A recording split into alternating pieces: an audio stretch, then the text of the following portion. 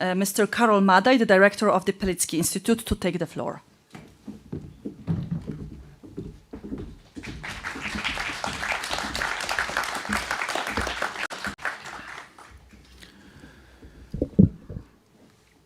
Dear Deputy Minister of Foreign Affairs, dear members of the Diplomatic Corps, dear professors, dear guests. The patron of the Pilecki Institute, Captain Witold Pilecki, risked his life to document crimes against humanity committed in the Auschwitz concentration camp. After World War II, he lost his life in the struggle for the truth. I firmly believe that it is the Pilecki Institute's obligation to take an active role in the regional preparations for the adoption of the Convention on the Prevention and Punishment of Crimes against Humanity, bearing in mind the life and legacy of our patron.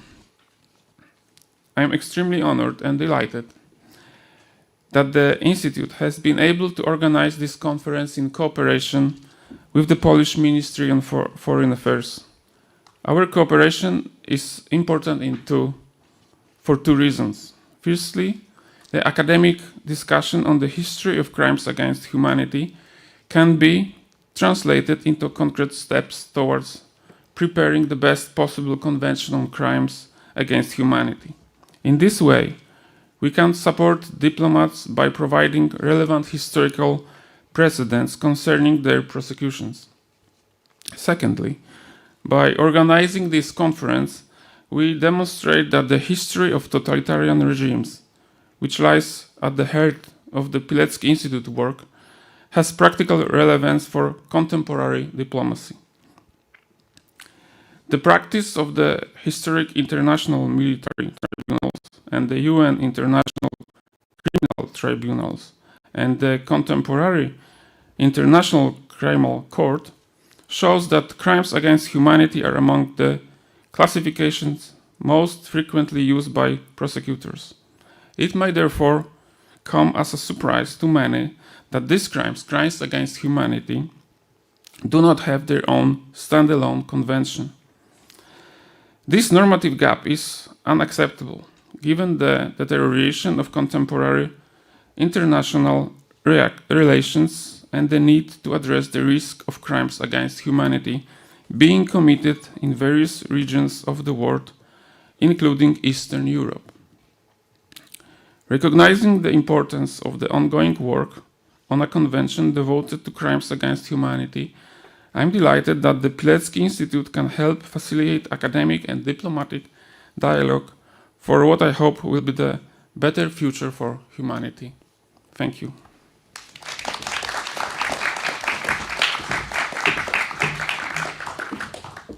Dear guests, as you could see, our conference is held under the honorary patronage of the Deputy Prime Minister and Minister of Foreign Affairs, Radosław Sikorski. And as it was stressed by Director Karol Madaj, we did organize this conference in cooperation with the Ministry of Foreign Affairs, for which we are very grateful. And that's why we would like to give now the floor to Undersecretary of State in the Ministry of Foreign Affairs, Mr. Wojciech Zajączkowski.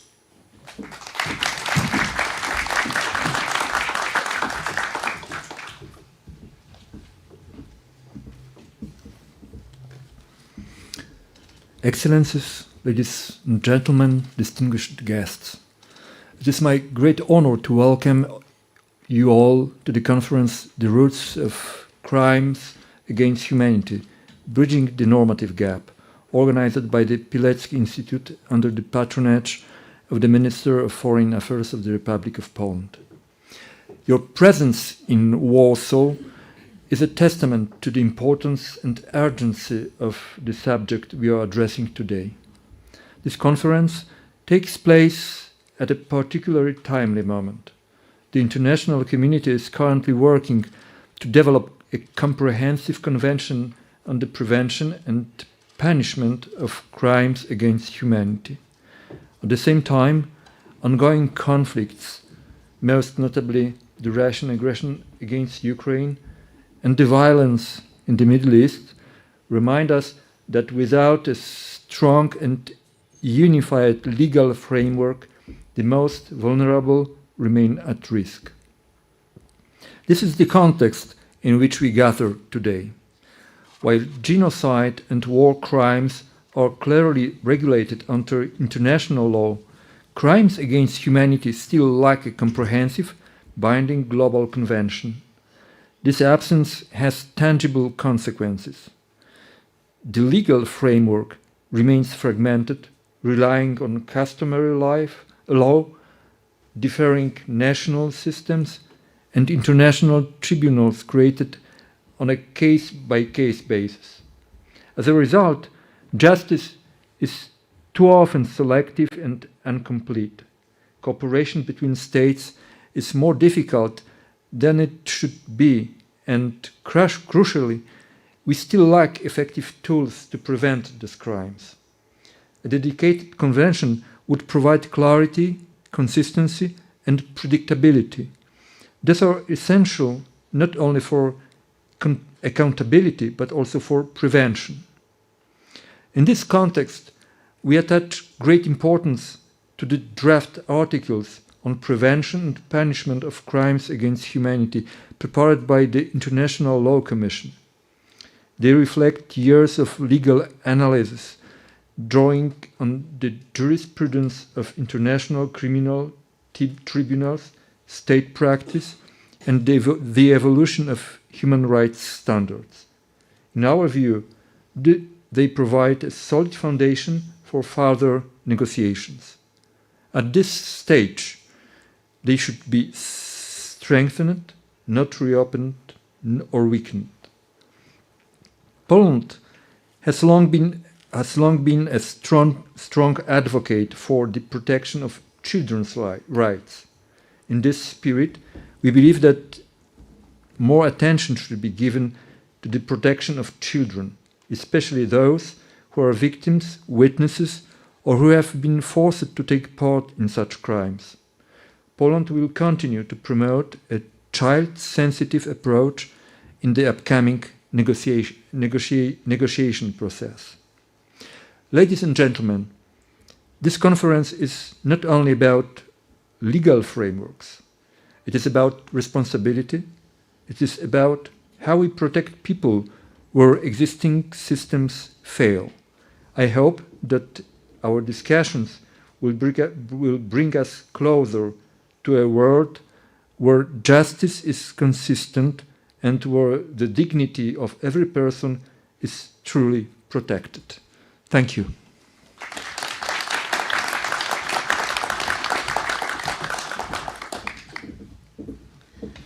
We would like to start now the first merit part of our conference, although you could hear already in those two statements some quite good arguments why we need to support the current works on the preparation of the Convention on the Crimes Against Humanity. We are honored that our invitation was accepted by Professor Gwenaël Mettra for many reasons. I must stress that Professor Mettra has extremely wide international experience in criminal justice. It's worth stressing that he has 25 years of experience of work in various international criminal tribunals. And I would mention them because all those tribunals are really important for us and for the development of international criminal law. International Criminal Court, to which Professor Mettra is the Swiss candidate to be a judge, and we do hope that he would be elected. International Criminal Tribunal for the former Yugoslavia, International Criminal Tribunal for Rwanda, extraordinary chambers in courts of Cambodia, special for Lebanon, and Kosovo specialist chambers. At the same time, doing this job as the judge, Professor Mettra was also the person who published enormously important books in the area of international criminal justice. He's an author of the books International Crimes and the Ad Hoc Tribunals, The Law of Command Responsibility, which was awarded with Francis Lieber Prize. He also published International Crimes, The Law and Practice, which volume 1 was devoted to genocide and volume 2 was devoted to crime against humanity. And I already know that there is volume 3 prepared and now ongoing. It is edited and it is devoted to war crimes. But today we focus on crimes against humanity, and we invited Professor Mettra because we knew that this is the person to present the history of this crime. Professor Metro, the floor is yours.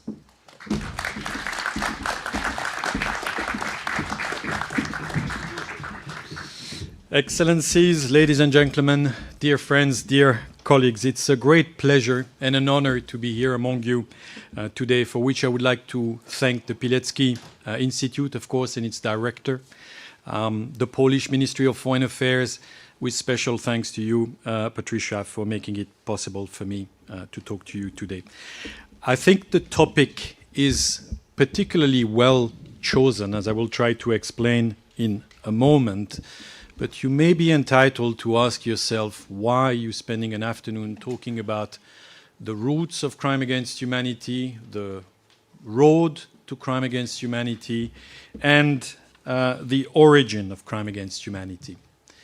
The short answer to why we spend time talking about the origin of this concept rather than talking about where it stands today is because it matters. History matters for a number of reasons. One of them is history. A good understanding of history, including legal history, serves a number of purposes, and I will try to go through a couple. One of them is, of course, history is a myth buster, and it's true of the law as well. So, for instance, the suggestion that crime against humanity was invented by one man at one time to serve one purpose is a myth that history helps us set aside. The second reason why history is important to the field of law and other is it is the only way to ensure that we understand and apply the law correctly. In other words, it protects us against the risk of distortion and misunderstanding. I will give you just one historical example. In 1952, a man by the name of Yezekiel Ben Alish was prosecuted in the district court of Tel Aviv for, you have guessed, crime against humanity committed in 1943 and 1944, while he himself was a detainee in two Nazi work camps in Greiditz and Paulbrick, located in then Upper Silesia. Both of these camps had been established by the Nazi government during the Second World War and used to hold Jews from Poland and other occupied countries for the purpose of forced labor. The accused, as I mentioned, was himself a Jew and a prisoner. Exactly 50 years later, in 2002, this case was cited as authority by the ICTY, the International Criminal Tribunal for the former Yugoslavia, in support of the proposition, and I quote, that an accused does not need to share the purpose or goal behind the attack to commit crime against humanity, end of quote. Examples of this sort of tribunals reaching out and reaching back into the past in order to find authorities populate the case law of many international or internationalized tribunals, including my own. One of the reasons why we have recourse so often to history in this field is because there's not much else to go to. Our statutes are very thin in terms of normative guidance, precedents are few, and legislative histories, if they exist, are generally not of much help. So history in this context is, in my view, not just a luxury, but a duty of academics, scholars who work in this field, and a duty of those like me who are in the business of applying the law. Now I will turn to the main topic of my presentation this afternoon, the roots, origin of the concept of crime against humanity. I'll be brief. I'm going to cover 250 years in about 20 minutes, so forgive me for being brief and short.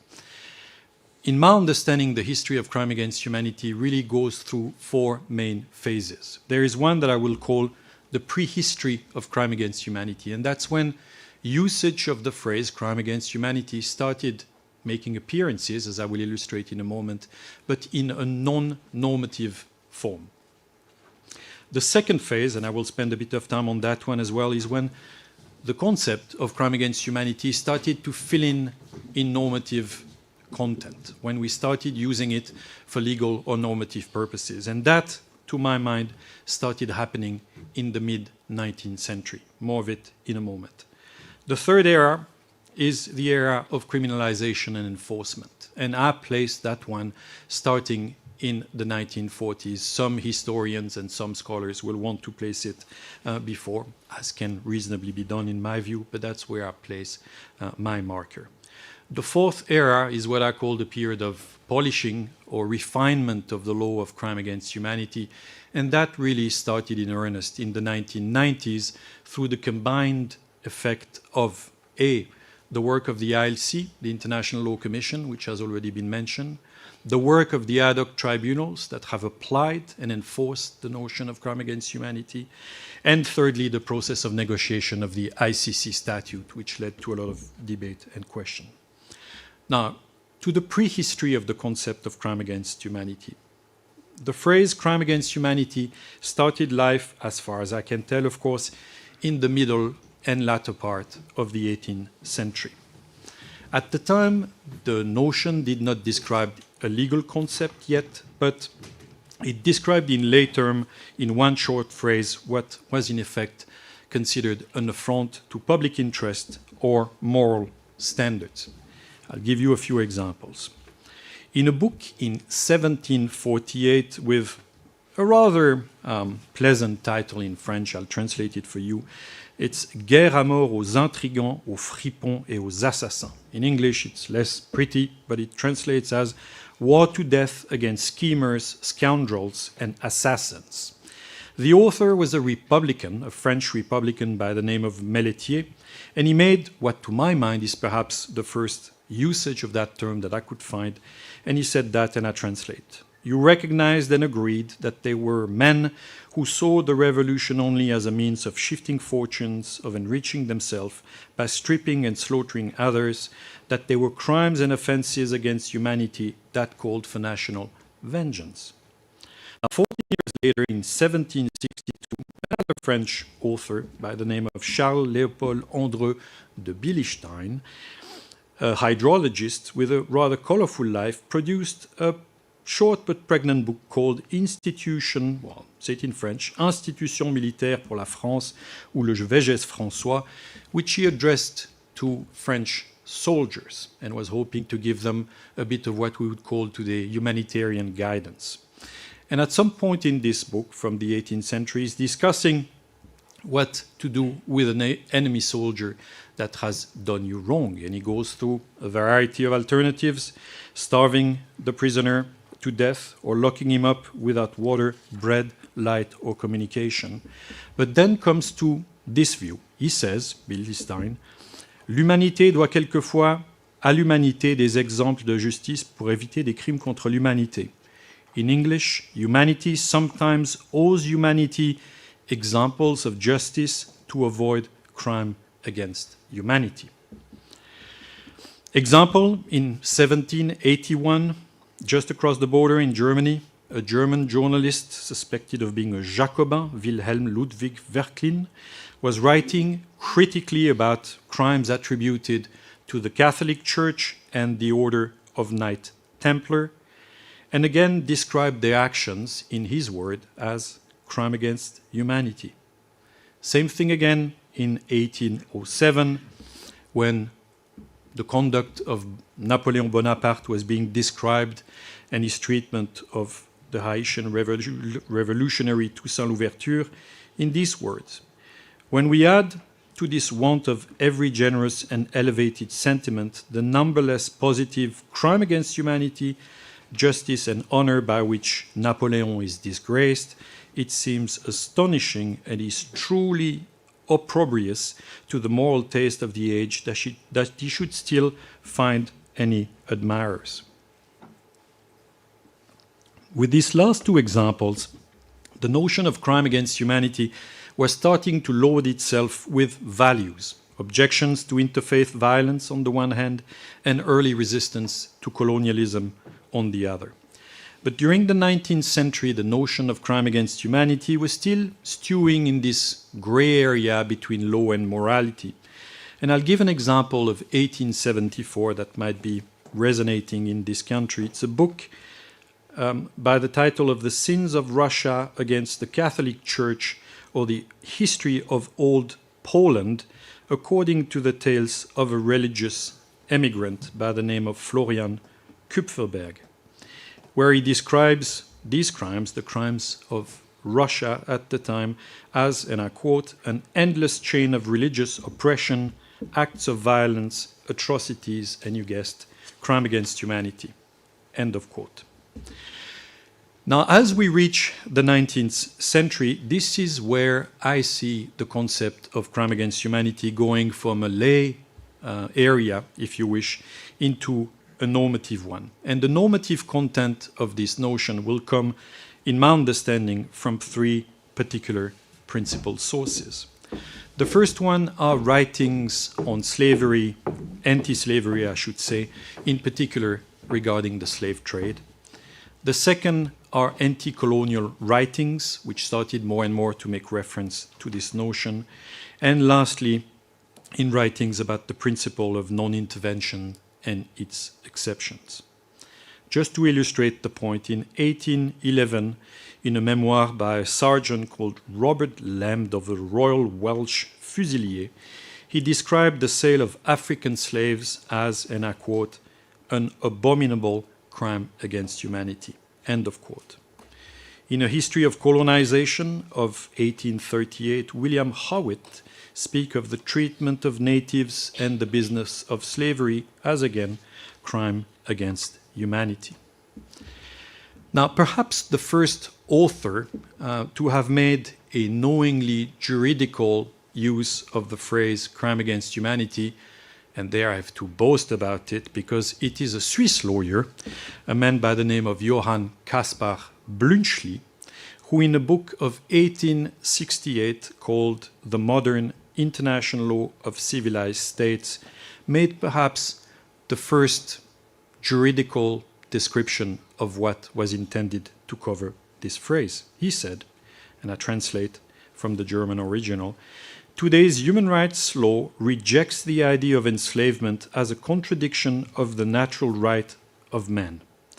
Formerly, trade in black slaves in particular was considered permissible, and as recently as the Peace of Utrecht of 1713, England expressly granted Spain the right to import a certain number of black slaves annually into Spain.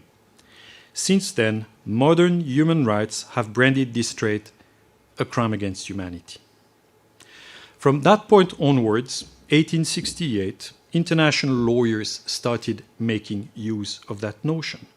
First, as a way to describe barbarities not tolerated by international law, I spare you the quote, but also as an exception to the principle of non-intervention. But what really took the notion of crime against humanity from what was then the margins of international law into its core, one of its core features, are the First and the Second World War. The First World War was really a wake-up call for the international community that international law lagged far behind the criminality that states were by then capable of engineering.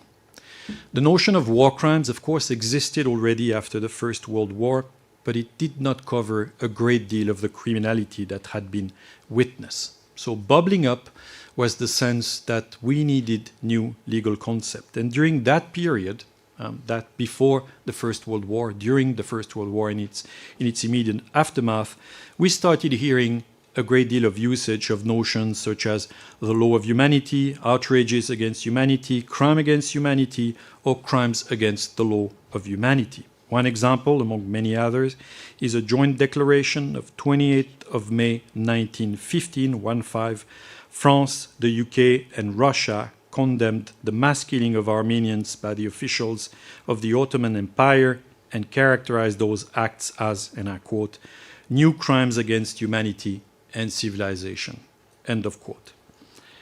But much of that, as we know, remained legal pie in the sky. What would bring the notion of crime against humanity from the books to the reality is the Second World War. And again, the realization that international law lagged far behind the criminality that we were interested in punishing forced states to create a new legal concept, or to acknowledge, recognize a new concept, that of crime against humanity. And the purpose to adopt this new notion was essentially threefold in terms of bridging gaps of accountability. The first one is to cover criminality not only when it is linked to an armed conflict or war, but when it's not sufficiently so connected or when it started before the war. The second gap is the law of war crimes as we knew it at the time was essentially concerned with crimes against enemy nationals, so nationals of a country against whom war was fought. Crime against humanity was necessary also to punish the crimes of one nation against its national. There again, the definition of crime against humanity would reflect that. The third accountability gap and the third normative need for this concept was really to create a new notion of collective criminality, not criminality that focused on the individual, but criminality that looked at the collective. So when the charter of the Nuremberg Tribunal, of which you will hear a great deal from my friends and colleagues later, was adopted, a new notion appeared, the notion of crime against humanity.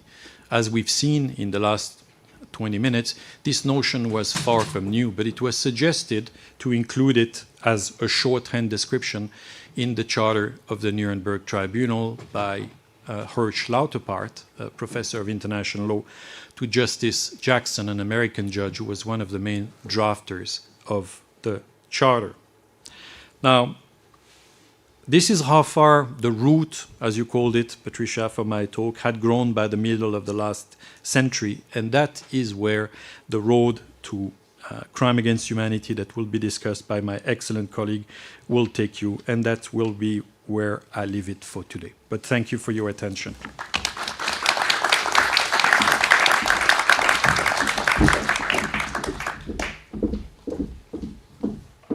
Thank you very much. And now I would like to invite to our scene the panelists of the first panel, Mrs. Sabina Ferhat-Begovic, Mr. Christoph Safferling, Mr. Kevin Heller, and Mrs. Annette Weinke.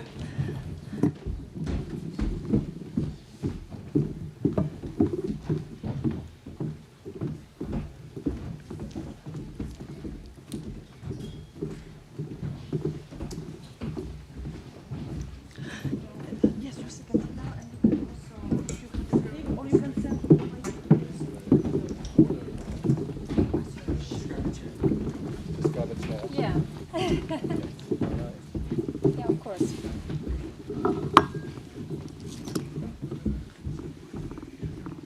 Oh, okay, so then we'll try to do one of this. I think I will download it. Okay.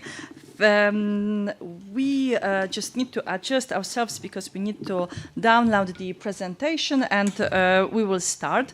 Well, we started with the academic fireworks, but I do promise that we will keep the academic tension during the first panel, because we have fantastic scholars with us, all of them specialists in the area of crimes against humanity. We have with us Dr. Sabina Ferhat-Begovic, who is a historian at Heisenberg Fellow and Heisenberg Fellow at the Leibniz Institute for European History in Mainz. She received her habilitation at the University of Jena with a postdoctoral thesis on the prosecution of crimes against humanity. That's why we are so grateful that she also accepted our invitation. We also have with us Professor Christoph Safferling, who is the director of the Nuremberg International Nuremberg Academy. And Professor Christoph Safferling is also renowned scholar. He published about international criminal procedure, but also about the works of the international tribunals, including Nuremberg Tribunal. We have also with us Professor Kevin Heller from the Copenhagen University, also with extensive experience, among which I would like to stress that Kevin was an advisor advisor to the prosecutor of the ICC on war crimes, but he's also the author of a monograph devoted to the subsequent Nuremberg trials. And we have with us Professor Annette Weinke, who is professor at the History Department of Friedrich Schiller University in Jena. And Professor Weinke wrote about the intersection of the histories of international humanitarian law and international civil society, actors and legal knowledge in the transfer in the 20th and 21st century, but also she is the author of the monograph devoted to the Nuremberg process. All of them, they have great knowledge about the history of international criminal law, but today we ask them to talk a little bit about crime against humanity. And Professor Metro already mentioned that crime against humanity, this is not the effect of the work of one person, although you did mention Herr Lauterpacht as the prominent scholar who is usually linked with the concept of the crimes against humanity. But I am happy to undermine a little bit this myth of Lauterpacht as the only person who devoted his academic life to creation of the notion of the crimes against humanity. That's why we would start with the presentation of Dr. Ferhat Begovic, who would focus on the role of small states in shaping the Nuremberg Charter definition of crimes against humanity. The floor is yours.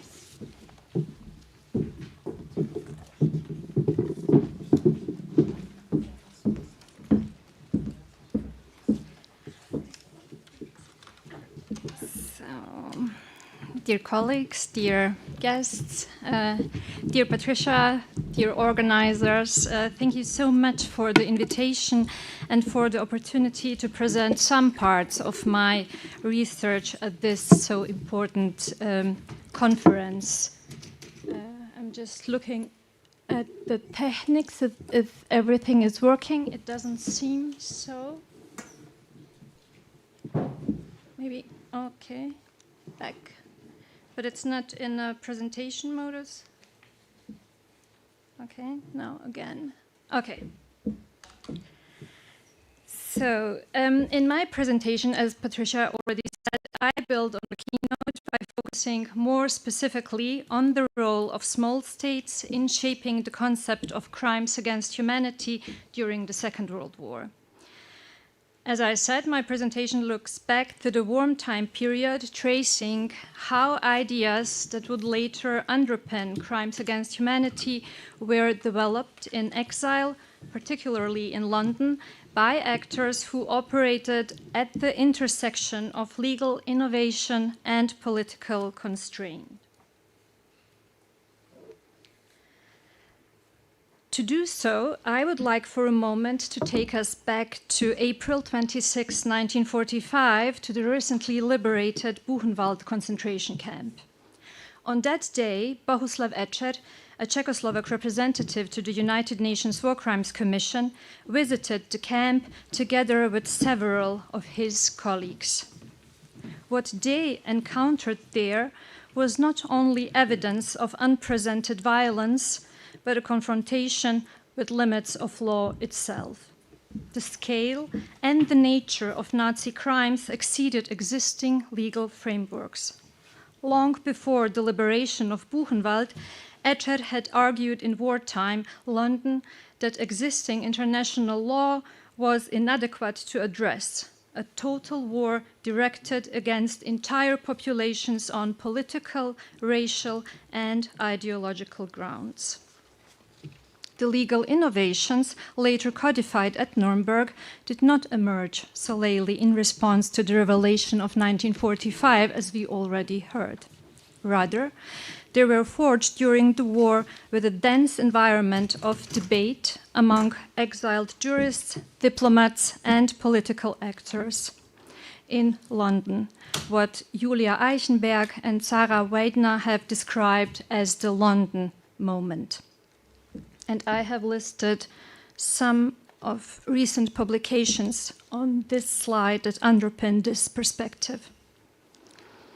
Scholars such as Kirsten von Lingen have described this milieu as an epistemic community, highlighting its role in shaping the intellectual foundation of post-war justice. Building on these insights, this presentation conceptualized wartime London as a concentrated space of legal knowledge production in which ideas circulated between individuals, institutions, and governments. And within this sphere, actors from smaller states, often politically marginalized, were nonetheless able to intervene in decisive ways. Within this framework, small states or small powers are not defined by territorial size or population, but by their limited capacity to shape international outcomes through material means such as military strength, economic weight, or geopolitical dominance.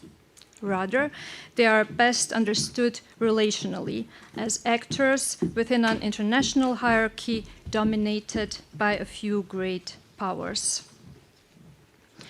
I argue that small states exerted influence through four interrelated strategies: the creation of transnational networks, the production of legal expertise, the institutional embedding of their ideas, and sustained political pressure. In doing so, they transformed structural weakness into a form of epistemic and institutional power. And Bohuslav Echer, the man I already mentioned before, stands at the center of this argument. I don't have so much time to introduce all of them. His work demonstrates how ideas developed in exile could travel, gain attraction, and ultimately shape the legal architecture of Nuremberg. As I already mentioned, recent research has moved away from linear narratives culminating in Nuremberg and instead emphasizes the contingent and processual character of international legal development. Sarah Weidner's study, Recht im Exil, exemplifies this shift by reconstructing international criminal law as a product of transnational knowledge production under conditions of exile. At the center of her analysis is the London moment, understood as a dense, communicative space in which jurists, politicians, and reformers debated the post-war legal order. Widener further conceptualizes institutions such as Cambridge Commission or Howard League as spaces of knowledge, in which expertise, legitimacy, and political agency were negotiated. Within these spaces, exiled jurists assumed a crucial transmitter function, circulating ideas across institutional and national boundaries and shaping the intellectual dynamics of these debates. This perspective fundamentally reframes the role of small states. Rather than marginal actors, they appear as central drivers of epistemic innovation. At the same time, these actors operated under severe structural constraints. Political authority remained concentrated in the hands of major powers, while existing international law proved inadequate to address crimes against civilians and violence by states against their own populations. Small states therefore turned to legal expertise as a substitute form of authority. Particularly in forums such as the Cambridge Commission for Penal Reconstruction, the London International Assembly, and later the United Nations War Crimes Commission. These networks operated as epistemic communities, as described by Kirsten von Lingen, characterized by shared professional norms and the commitment to developing legal responses to Nazi atrocities. Crucially, they also depended on intermediaries who facilitated access to British institutional and academic circles. Figures such as Ethel John Lindgren acted as key mediators, connecting exiled jurists with reformist and academic networks and thereby enabling their participation in ongoing debates. Significantly, this mediating function was often performed by women. not only in these visible roles, but also within the institution themselves. Secretaries at the United Nations War Crimes Commission, for example, played an important part in refining language and adapting arguments to British legal and administrative convention. In a context where habitus and communicative style were decisive, such forms of support were crucial in translating legal expertise into recognized authority. This allowed small state actors to coordinate positions across national boundaries, develop legal frameworks, and present unified proposals. In this context, debate increasingly moved beyond traditional war crimes. As von Lingen has shown, this led to the formulation of broader category encompassing violations of fundamental human values, even in the absence of the explicit treaty provisions. A further step in consolidating these innovations was their institutional embedding, most notably within the United Nations War Crimes Commission. Established in 1943 by 17 allied nations, the UNWCC provided a formal framework for addressing war crimes, but also became a site of ongoing legal development. Initially, however, its mandate was narrow. The British and American governments primarily conceived the Commission as a documentation body. Its 3 committees on evidence, enforcement, and legal questions were designed to collect and organize information on war crimes. This becomes particularly visible in a parliamentary exchange in London concerning atrocity committed in Buchenwald in 1944. When asked whether crimes against German anti-Nazis, such as the murder of thousands of internees, should be treated as war crimes and prosecuted accordingly, the British Foreign Secretary Anthony Eden rejected this categorization. He argued that, quote, crimes committed by Germans against Germans, however reprehensible, are a different category from war crimes and cannot be dealt with under the same procedure. What followed is telling. Members of Parliament immediately challenged this position, insisting that such acts were, quote, equally offensive against the human conscience, and calling for the mandate of the War Crimes Commission to be expanded. Eden, however, maintained that the Commission's role had to remain, quote, definite and circumscribed, and that such crimes would have to be addressed by other means. This exchange captures a central tension. While the moral gravity of these crimes was widely acknowledged, their legal classification and thus their justiciability remained constrained by existing doctrines of sovereignty. It was precisely this limitation that representatives from smaller states sought to overcome within the UNWCC. Bohuslav Ecer therefore pushed beyond the Commission's original remit. Drawing explicitly on the failures after the First World War, he warned that lists of war criminals without judicial mechanisms were meaningless. The problem in 1990, he argued, had not been a lack of legal clarity, but the failure to translate legal findings into institutional action.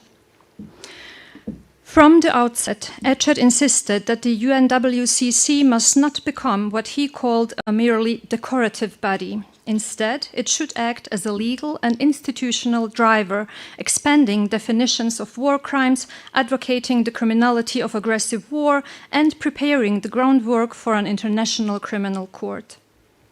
At the center of his argument was a fundamental reinterpretation of the war itself. The Second World War, he argued, could not be understood as a conventional war of aggression, but as a total war, a criminal project in both its aims and its methods. This reconceptualization allowed him to link individual atrocities, such as mass murder and racial prosecution, to a broader criminal policy, thereby anticipating the logic of crimes against humanity.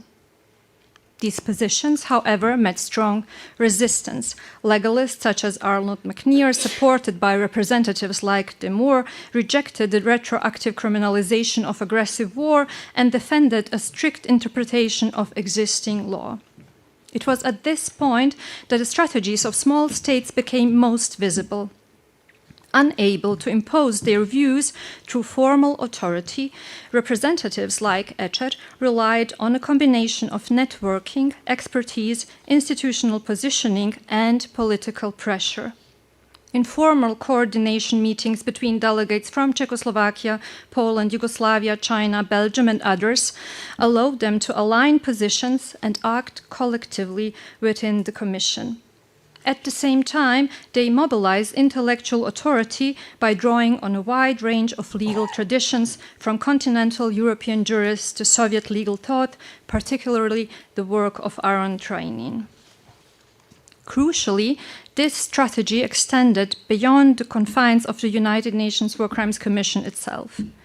Faced with institutional blockage, some representatives turned outward, engaging in what might be described as legal political advocacy through public channels. Beginning in 1944, critical information about the Commission's internal debates began to appear in the press.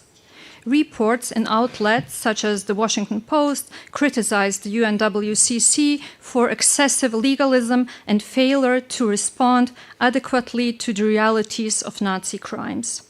Whether these leaks originated with Ecer or the American representative Herbert Pell or others, they formed a broader part of a broader strategy to mobilize public opinion against restrictive legal interpretation. The external pressure had visible effects. Pell, in particular, adopted a highly confrontational stance, publicly criticizing the reluctance of Allied governments to prosecute crimes against racial and religious groups. By framing his position as aligned with Roosevelt and the moral sense of humanity, he bypassed the institutional hierarchies and appealed directly to political legitimacy. At the same time, dissatisfaction within the Commission led to resignations, withdrawals, and increasing tensions between representatives of small states and the major powers. These developments illustrate a key point. Political pressure was not exercised solely through formal diplomacy, but through a combination of informal coordination, public intervention, and moral argumentation. Representatives of smaller states drew on their experiences of occupation and violence to claim epistemic authority, positioning themselves not only as legal experts, but as witnesses and representatives of affected populations. The effect of these strategies was significant. Although Ecer and his allies did not win every debate with the UNWCC, they succeeded in shifting the terms of discussion. Concepts such as aggressive war as a crime, collective responsibility, and crimes against humanity moved from contested proposals to plausible legal frameworks.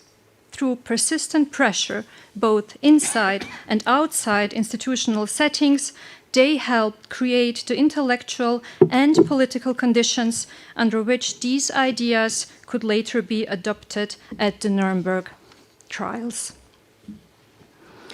As this presentation has shown, the emergence of crimes against humanity was the result of ongoing processes of legal reflection, negotiation, and institutional experimentation that took place during the war. Within this space, small states and their representatives in exile were able to exert influence despite their structural marginality. They did so by creating transnational networks, producing and circulating legal expertise, embedding their ideas in institutions such as UNWCC, and by applying sustained political pressure, both within and beyond official channels. In this way, they transformed limited political power into a form of epistemic and institutional agency. Returning to April 26, 1945, the visit to Bohuslav Ecer to the liberated Buchenwald concentration camp can be understood as a moment of confirmation. During the visit, Ecer encountered former colleagues from the Brno City Council, men with whom he worked before the war and who had survived imprisonment in the camp. According to the Commission's report, they met again there after liberation. No record of their conversation survives. What remains, however, is the setting. A group of municipal officials, once part of functioning legal order, reconvening within a space that had been governed by a radically different system of rules and administration. In doing so, they did more than simply meet again. They briefly reassembled as a civic body. A city council convened not in a town hall, but in a former concentration camp.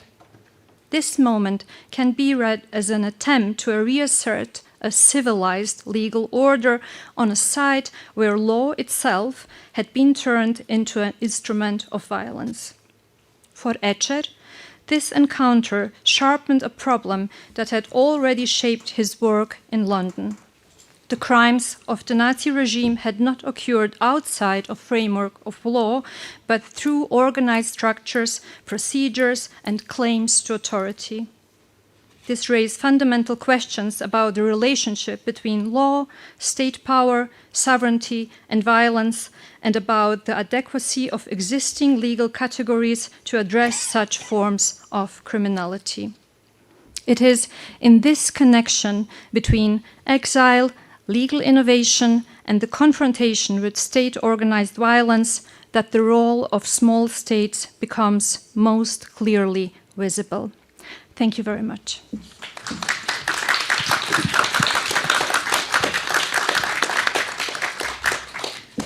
Thank you very much. And there is no better person than the director of the International Nuremberg Principles Academy to discuss the crime against humanity in the Nuremberg judgment. Christoph, the floor is yours. Thank you so much, Patricia. I don't know whether that's right, but I'll do my best to give you some ideas about the developments of the crime against humanity concept in Nuremberg. Thank you so much for organizing this conference, to the Institute and Patricia for inviting me. I'm very honored, and I really enjoy being here because it's an interesting moment in history when we are discussing actually a convention on crimes against humanity, as we've heard, the one that is missing in a way. It's an interesting day today, the 20th of April, 2026. You know, 81 years ago, the 20th of April 1945, Nuremberg was liberated by the US Army. The US government was very much aware, and the US Army was very much aware to give to Adolf Hitler a much welcomed birthday present on that day, to liberate Nuremberg. A year later, obviously, and you know, that might keep our mind, refreshing our minds, that we are talking of an extreme limited amount of time, you know. 1945, 20th of April, Nuremberg was liberated. And then a year later, we had a trial that was ongoing already since the 20th of November 1945, and it was actually nearing its end against 24 defendants, 21 being present in Nuremberg. And you know what happened on the 20th of April 1946 in the courtroom in Nuremberg? Nothing. It was a Saturday, and they were having a weekend off, which was actually quite unusual because usually they were prosecuting on 6 days a week. So Saturdays were usually days where they actually heard the case. But it was an interesting moment nevertheless, because it was the defense presenting their cases. And we've heard that in late March, there was this cross-examination of Hermann Göring.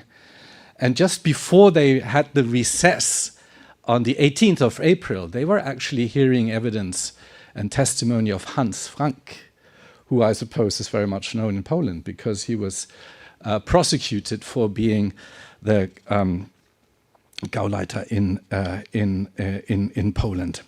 So that was happening 80 years ago in Nuremberg. But of course, now we want to talk about crimes against humanity. And Hans Frank was very much then sentenced to death because of war crimes and crimes against humanity he committed here in this country.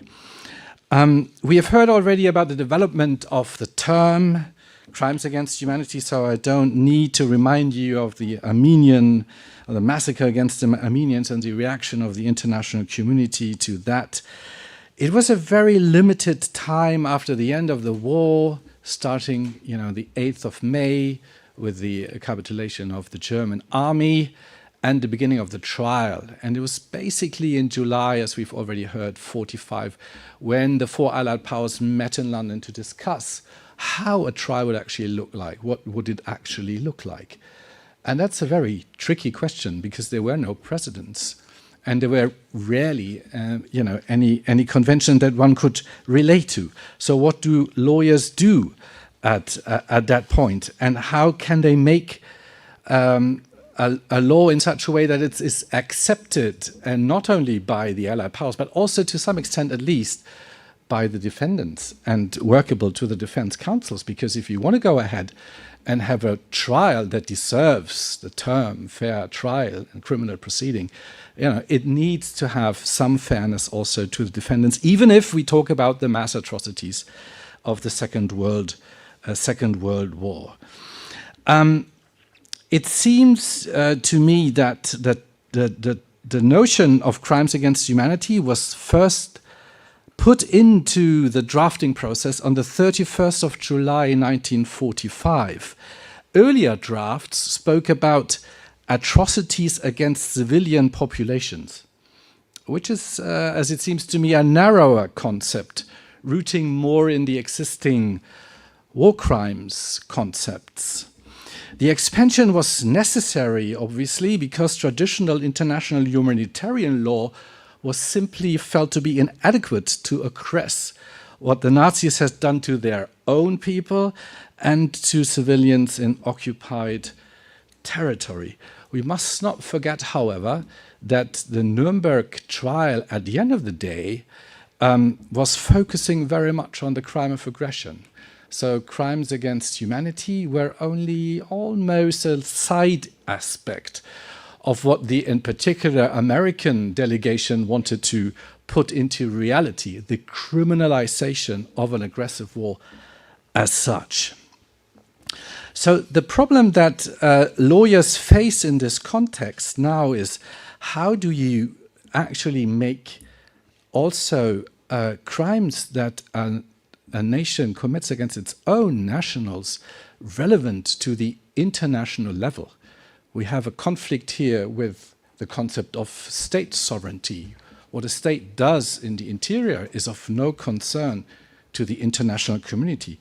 So how do you actually do that? I think that the starting point very much, nevertheless, is the concept of war crimes. Well, you have the Geneva Conventions, you have the Hague Law. So in the Geneva Conventions, the combatants are very much at the center, POW protection and whatnot.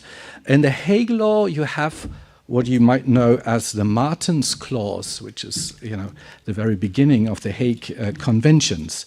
I quote, "The inhabitants and the belligerents remain under the protection of the rule of law of nations as they result from the usage established among civilized peoples, from the laws of humanity and the dictates of public conscience."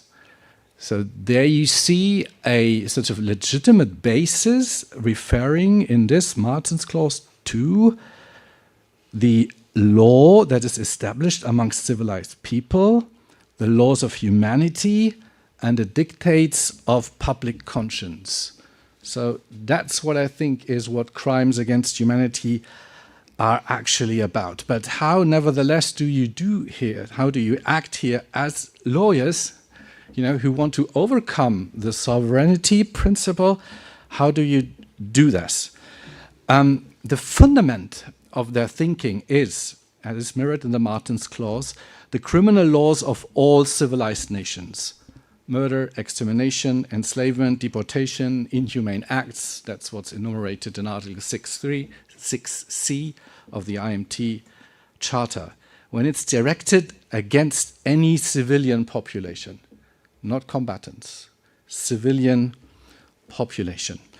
So basically these laws are common to any sort of civilized nation, and it was even common to German law at that time. German criminal law very much had all these crimes and comprised in the Reichsstrafgesetzbuch at that time. So how do you bring this on the international level? So one way to do this is simply the war, the existence of the war, because that is always, two states having an armed conflict. That always is an issue for international law to act and react. And I think the other notion that comes into play here is the protection of minority against persecution. The protection of minorities also within a nation or maybe several states. Then it also becomes of interest for international law. It's tricky, but nevertheless possible to argue in that way. And it's interesting enough that the German Defense Councils has not really taken up this issue of crimes against humanity. They seem to have accepted the concept. Other than with the crime of aggression, they were heavily arguing against crime of aggression as being criminally a legitimate criminal norm at all, but they have accepted widely, as far as I can tell, the concept of crimes against humanity. Now, when we look at the proceedings and then also at the judgments, I think there are in particular three judgments that stick out here when we talk about crimes against humanity. Three people that have been charged with crimes against humanity exclusively. One being Baldur von Schirach, the second being Julius Streicher, and the third one being Hans Fritzsche. Baldur von Schirach, if I may start with him, he was the youngest of the defendants at Nuremberg. He had built his career not through military command or administrative terror, but through youth. He was the Reichs youth leader. He had shaped the minds of an entire generation of Germans through the Hitler Jugend, the Hitler youth.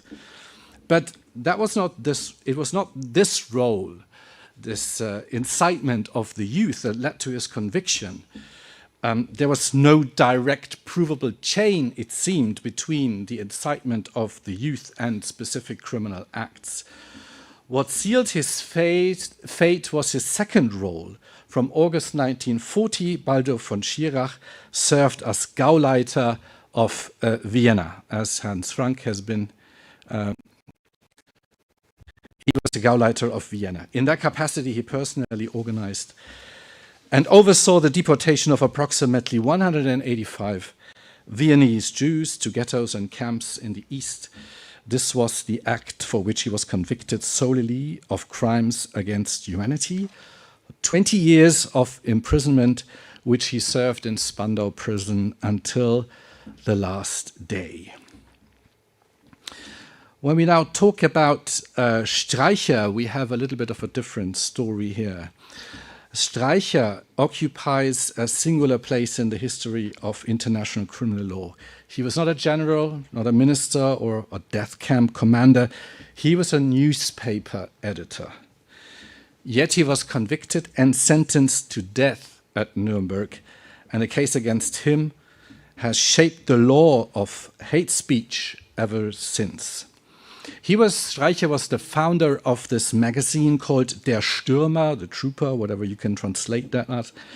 And that was an anti-Semitic weekly which had really horrible defamation of Jews, widely spread over the entire German Reich. At some point, he was also Gauleiter of Franconia from 1925 to 1940, but he never had any real political influence. He was never really close to Hitler, so that was not what he was charged with, his deeds as a Gauleiter. No, it was really this incitement, the production of this newspaper. Interestingly enough, actually, in 1929, so before the taking over of the power by the Nazis, Streicher was called. He was tried in Nuremberg in courtroom 600 for his anti-Semitic lies that he distributed, in particular with regard to the ritual murder, some allegations that Jews were killing young virgins. And he had to justify himself in courtroom 600. And he was actually sentenced to 2 months of imprisonment for misdemeanor against the religion in the Weimar Republic. Later on, obviously, he denied this as being fake news, as you would call it in modern terms. But here we were. Streicher had created, and that was what the prosecution argued, had created the psychological conditions for the Holocaust, that his propaganda, these decades of propaganda, had so thoroughly dehumanized Jews in Germany, in German consciousness, that mass murder became, in the words of the US prosecution, a psychological possibility.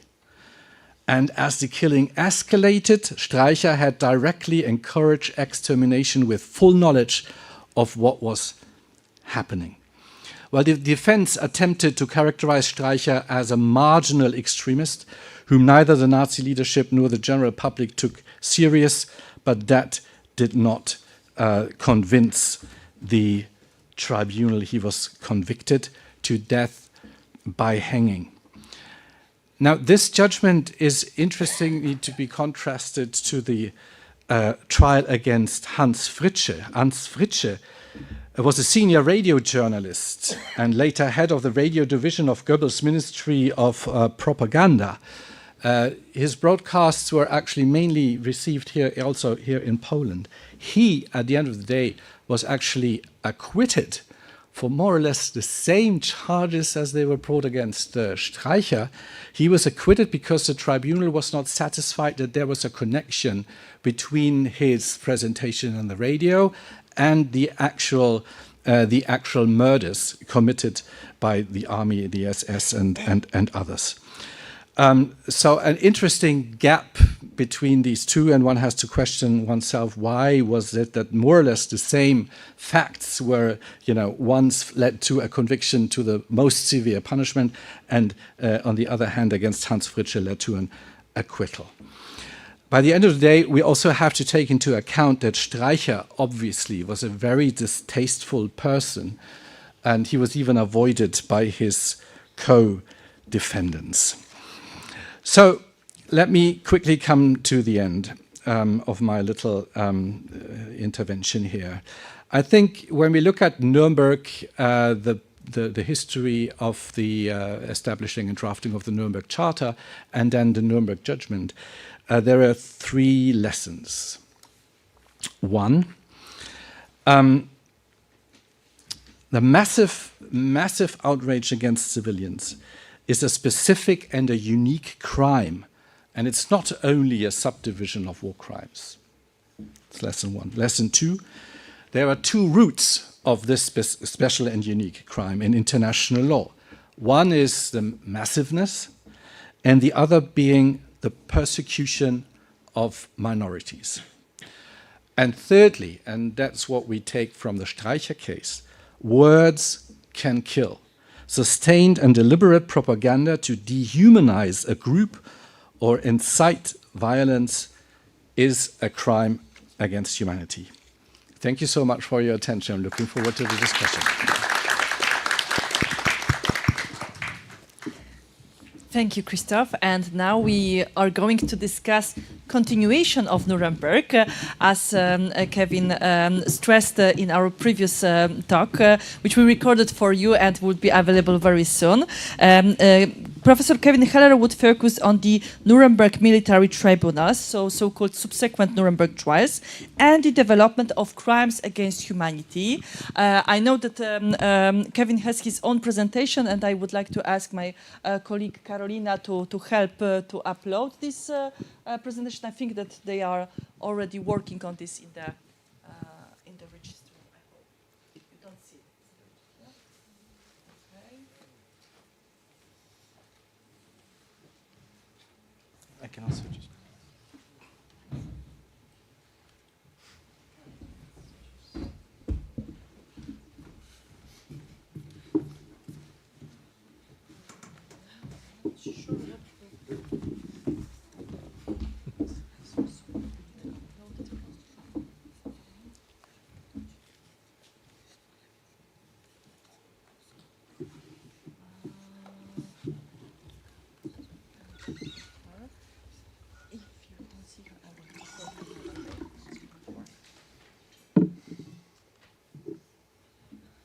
Thank you.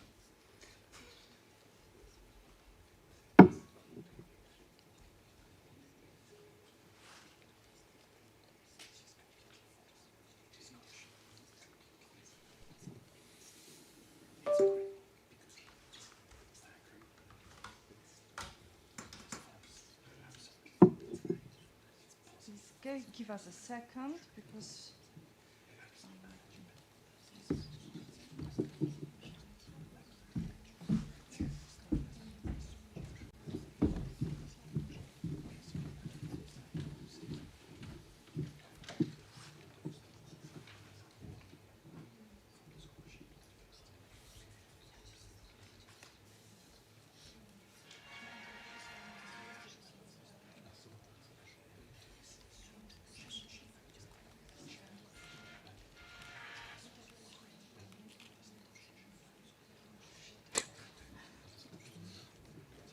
I want to say my slides are worth it, but they're really not. But they're helpful.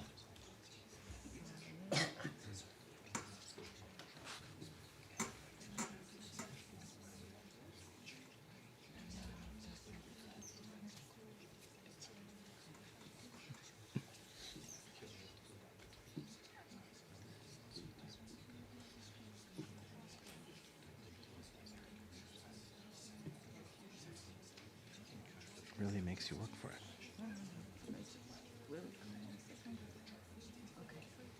There we go. Mhm.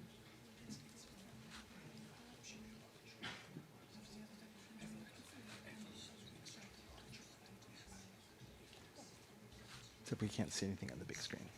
Yes.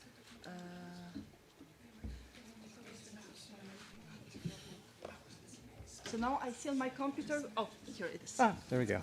Great. Okay. Sorry for the technical difficulties.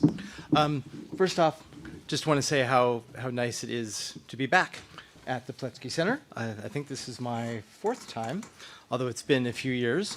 It's always particularly meaningful to me to come here and to talk about this kind of topic.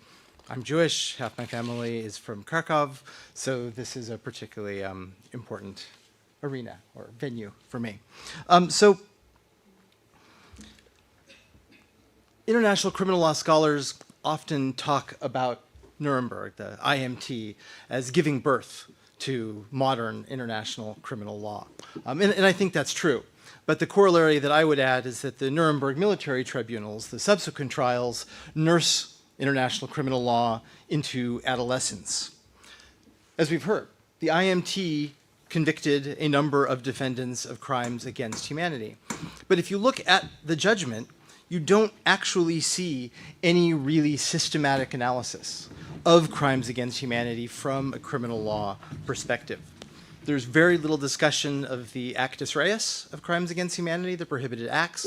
There's very little discussion of mens rea, the prohibited mental state, and there's no discussion at all of what we refer to now as the contextual elements, a widespread or systematic attack on a civilian population, and if we're at the ICC, a state or organizational policy.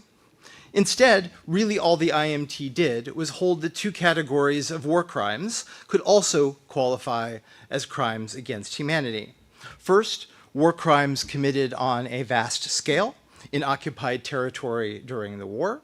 And then second, inhumane acts that took place before the war, but were committed, as we've heard, in connection with it. This is, of course, the infamous nexus requirement that I will talk a little bit about. So, let's look at the NMTs. This is Article 2C of Law Number 10, the governing statute of the subsequent trials. First thing to note is that Law Number 10 includes 3 crimes against humanity that were not included in the London Charter, and you can see the 3 that are added in bold. The most important difference, however, between the London Charter and Law Number 10 was that Law Number 10 did not, at least textually, contain a nexus requirement. So Law Number 10 left open the possibility that peacetime crimes against humanity, or peacetime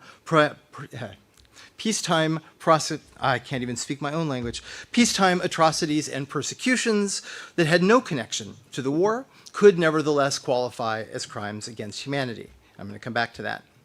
So the NMTs addressed 3 different categories of crimes against humanity, in contrast to the IMTs 2. Let's run through them very briefly. First, the NMTs agreed with the IMT that large-scale war crimes could also be crimes against humanity. But they insisted that such large-scale war crimes qualified as crimes against humanity only if they were also systematic and committed pursuant to a governmental policy, thus articulating, really for the first time, the contextual elements of crimes against humanity that still exist today. Now, with that restriction, the NMTs held that a wide variety of large-scale war crimes also qualified as crimes against humanity. Let me give you a couple of examples. The Einsatzgruppentribunal held that the killing squad executions in the Soviet Union were also not just war crimes, but crimes against humanity. Second, the Ministries Tribunal held that the persecution of the Catholic Church during the war was not just a war crime, but also a crime against humanity. Now, interestingly, the NMTs were also willing to consider acts committed against combatants to be crimes against humanity. So, for example, the High Command Tribunal convicted General Walter Warlimont of a crime against humanity because he had helped formulate Hitler's infamous lynch law, the law that encouraged the murder of Allied flyers who had been shot down over Germany. Now, this position taken by more than one of the NMTs was unusual at the time, and it still is.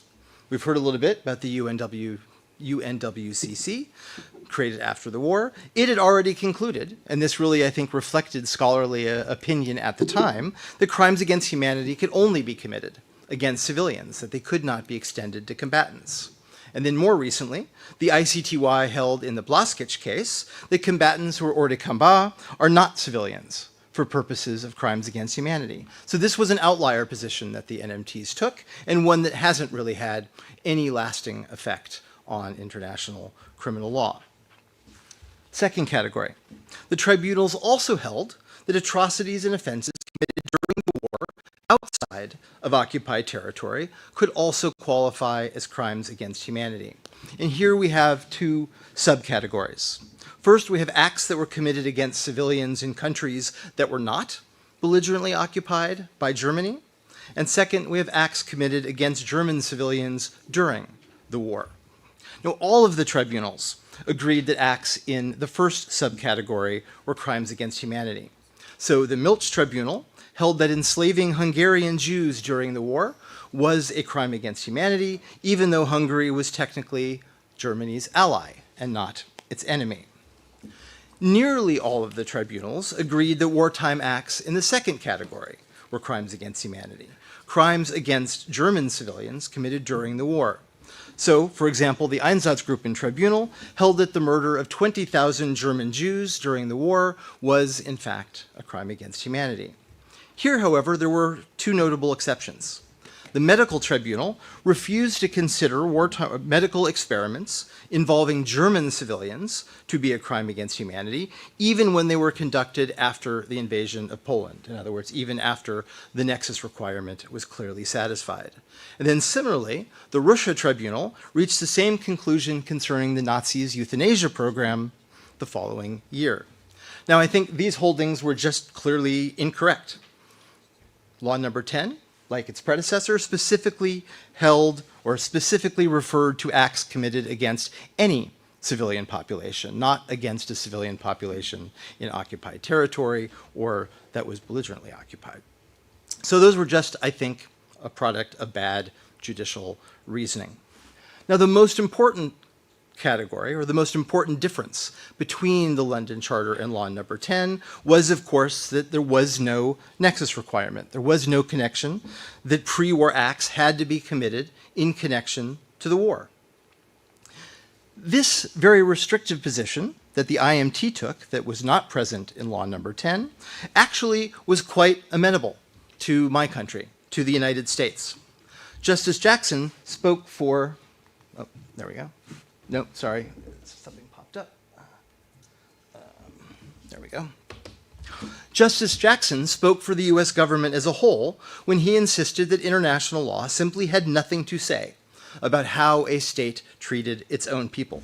Here's a comment that he made during the planning of the IMT at the London conference, and you can all read, so I will not read it to you. Telford Taylor, who was the chief prosecutor at the NMT trials and one of Jackson's deputies at the IMT trial, he shared Justice Jackson's skepticism that acts committed by the Nazis against German nationals, particularly nonviolent persecutions such as depriving Jews of legal citizenship, he was very skeptical that those acts violated international law in the absence of the nexus, in the absence of a connection to the war. So here is what Telford Taylor wrote to Howard Peterson, who was the Assistant Secretary of War in February of 1947. This one's actually kind of worth reading. My own view is that departures from democratic systems, as may exist in some countries, and discrimination, even quite aggravated, such as may exist against Negroes in certain countries, should not even, in these enlightened times, constitute crimes at international law. Now, by Negroes in certain countries, Taylor meant the United States. In fact, this quote indicates the primary reason why the United States rejected a definition of crimes against humanity that did not require a nexus with war. If a government could commit crimes against humanity in times of peace against its own people, well, it would be possible to argue that America's systematic discrimination against African Americans was, in fact, a crime against humanity.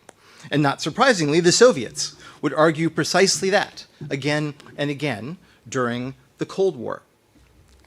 So Taylor's belief that the crimes against humanity did require a connection to war really complicated his planning for the NMT trials. On the one hand, he did not want to charge purely peacetime crimes against humanity. On the other hand, he was a good lawyer. He was convinced that the drafters of Law number 10 had deliberately eliminated the nexus requirement in order to open up the category of crimes against humanity. And in the end, despite his concerns, and here I think to his credit, his commitment to applying the law as it was written and as it was intended went out. He ultimately charged peacetime crimes against humanity in 2 trials, in Flick and in Ministries. The Ministry's indictment, for example, accused 13 defendants of having participated in atrocities and persecutions committed, quote, during the period from January 1933 to September 1939, i.e. prior to the invasion of Poland and the formal beginning of the war. Now, he brought the charges, but none of the charges were successful.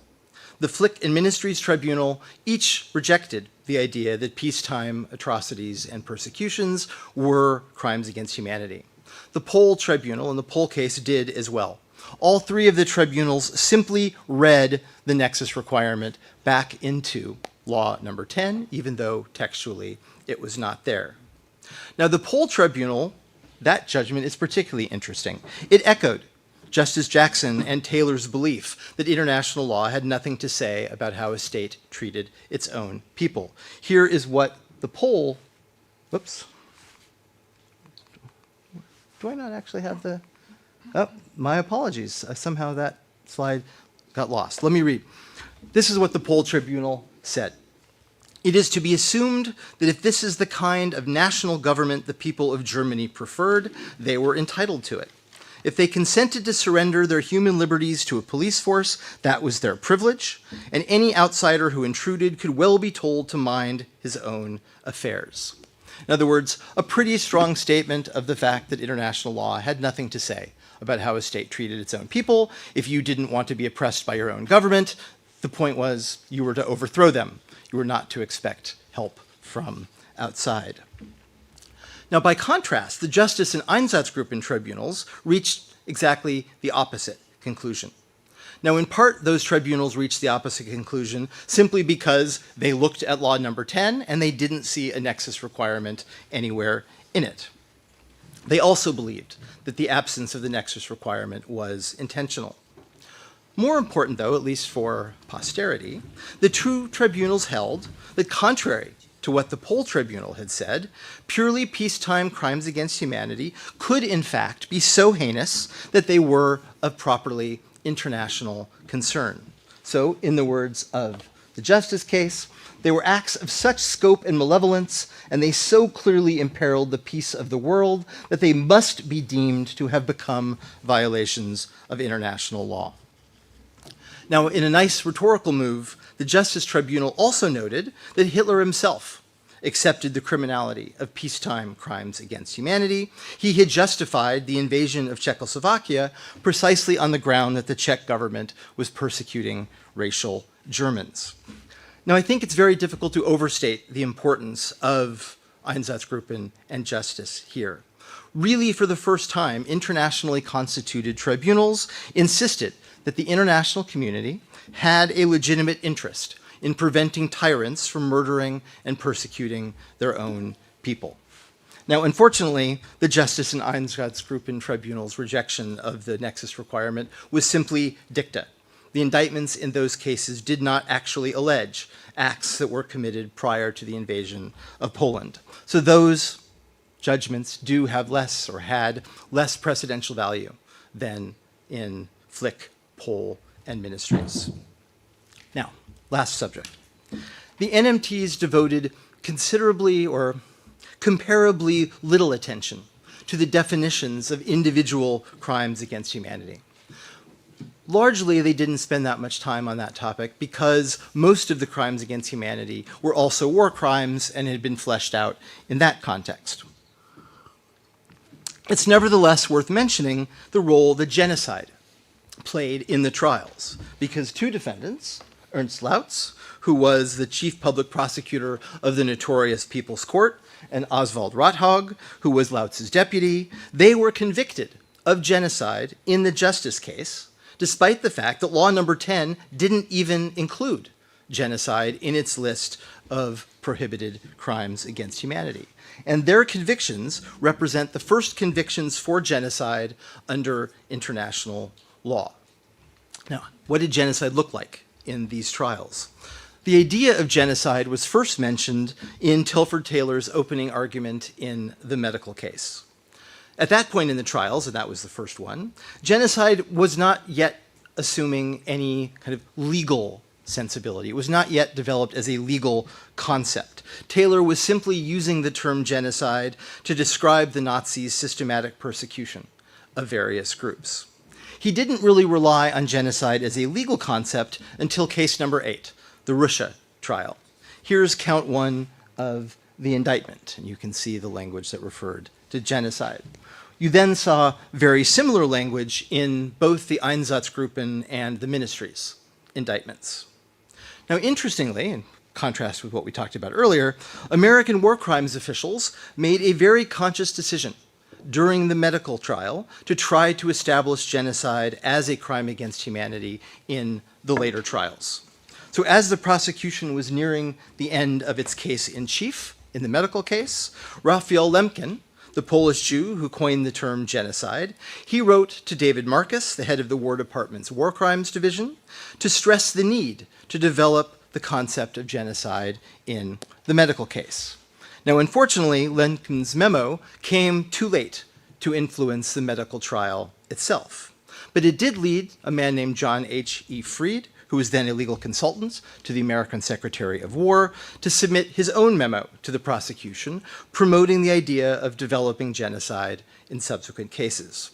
That memo, in turn, was reinforced by the Departments of State and War, and of course now we're back to being the Department of War because of Pete Hegseth, who informed Taylor during the medical case that insofar as he intended to charge crimes against humanity in later trials, they wanted him to describe those persecutions as acts of genocide. Taylor did so, but despite his best efforts, the tribunals barely addressed genocide in their judgments. The Russia and Ministries tribunals mentioned genocide only when they actually quoted the indictments. The Einsatzgruppen Tribunal didn't consider genocide as a legal concept, despite referencing the systematic murder of the Jews as genocidal in its judgment. And as an aside, it's worth noting that Judge Powers wrote in his dissent in the Ministry's case that it was, quote, incorrect to assume that every reference to the final solution of the Jewish question means extermination. Given that, shall we say, historically questionable understanding, it's not terribly surprising that he dissented in the Ministry case. Now, the one exception here was really the Justice Tribunal. The Justice Tribunal specifically held that genocide was a crime against humanity, and three aspects of the judgment are worth noting. First, the tribunal's emphasis on genocide was actually kind of surprising. Why? Because the prosecution didn't mention genocide either in the indictment or in its opening argument.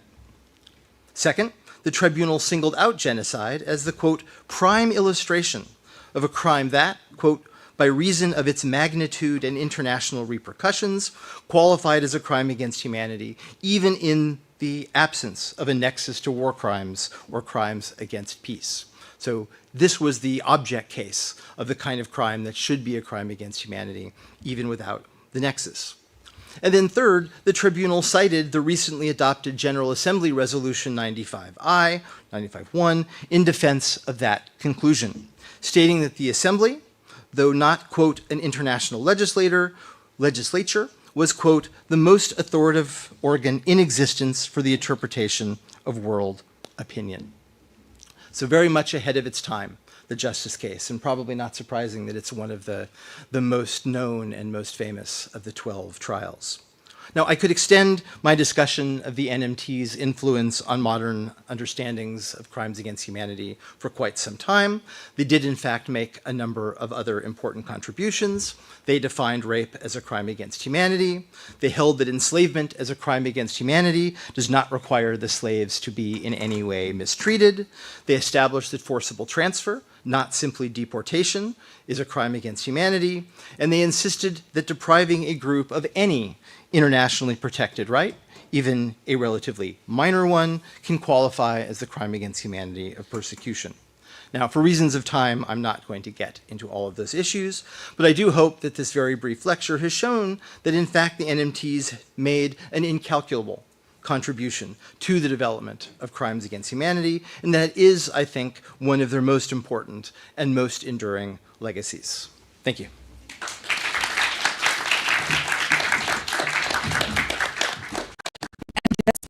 This panel would be given by Professor Weinke on implementation of Nuremberg law on crime against humanity in the Allied occupation zones. And I go to help you a little bit with your presentation. I send it to you via email now.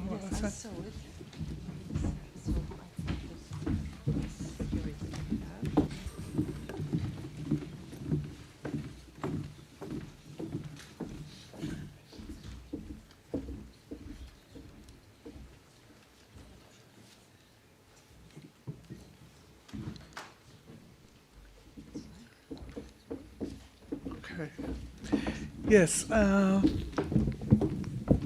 Good afternoon, everybody. Thank you so much for the invitation, Patricia. I'm really happy to be here again. Yeah, so it is. My topic today is the implementation of crimes against humanity in the Western occupation zones. I won't speak about the Soviet occupation zone, which is a totally different case, and it would just simply explode here. My brief talk, and I also for reasons of time I want to skip more or less the first part about the conceptualization of ICL and the case of Germany. Those of you who might be a little bit familiar with the ICL historiography might have discovered that so international legal scholars and practitioners, that they have praised the German case as a successful case of transformation. So Germany has been praised as a path breaker, norm setter, even vanguard of international criminal law. And so my talk today wants to challenge this narrative a little bit. I want to argue that this early history of post-war atrocity prosecutions is a little bit more muddier than it is presented in current historiographies. So, excuse me, I start with the second part. Shortly after the beginning of the occupation in the four Allied powers, decided to involve the reactivated German judiciary in the task of prosecuting Nazi criminals. According to Allied understanding, the demarcation line between Allied and German investigations would be constituted by the nationality of the Nazi victims, whereas the Allies were determined to adjudicate the majority of all cases, including mass atrocities committed during the war and under German occupation. Germans were expected to take over those cases in which the victim were either German nationals or stateless persons. So the various motivations and objectives behind the decision to designate German courts with this delicate task are still not entirely clear. Historian Edith Reim, who had been the leading expert on this field until her premature death last year. So she has argued that this step was dictated by pragmatic and didactic rationales. Especially the Americans hoped that handing these proceedings over to the Germans would diminish their caseload, and while also have something like a cathartic effect on Germany's legal elites. On the British side, however, motivations seem to have been more prosaic. In 1945, the British legal division briefly summarized its roadmap vis-à-vis German courts as, I quote, close, purge, later reopen, and use it under supervision. In the long run, as the self-designated task of monitoring and controlling German anti-Nazi proceedings grew more complex, a conflict emerged between the political goal of effective adjudication with respect to Nazi criminality and the wish to distribute responsibility on several shoulders.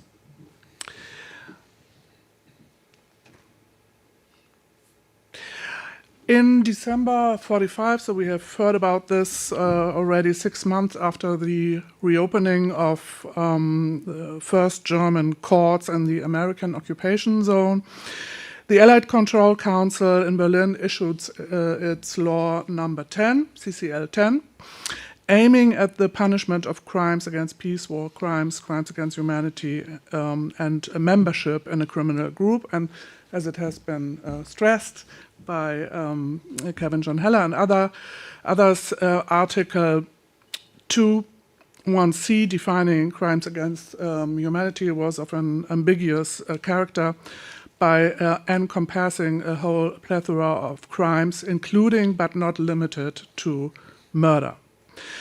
Compared to the London IMT Charter, CCL 10 eliminated the war nexus. We have heard about this, thereby severing the linkage between CAH and war crimes, crimes against peace. And so, moreover, the law comprised a clause, Article 3D, that explicitly said that German courts may be granted jurisdiction over crimes committed by persons of German citizenship or nationality against other persons of German citizenship or nationality or stateless persons. So although law number 10 had explicitly aimed at establishing a uniform legal basis for prosecuting Nazi crimes in the 4 occupation zones, it had more or less the opposite effect. And this was mainly because American authorities, excuse me, this is the wrong slide, sorry. So, because I wanted to skip the first part. Sorry, so this is the right. So mainly because the American authorities on the one hand and British and French on the other took very different approaches towards the implementation of law number 10 in their individual zones.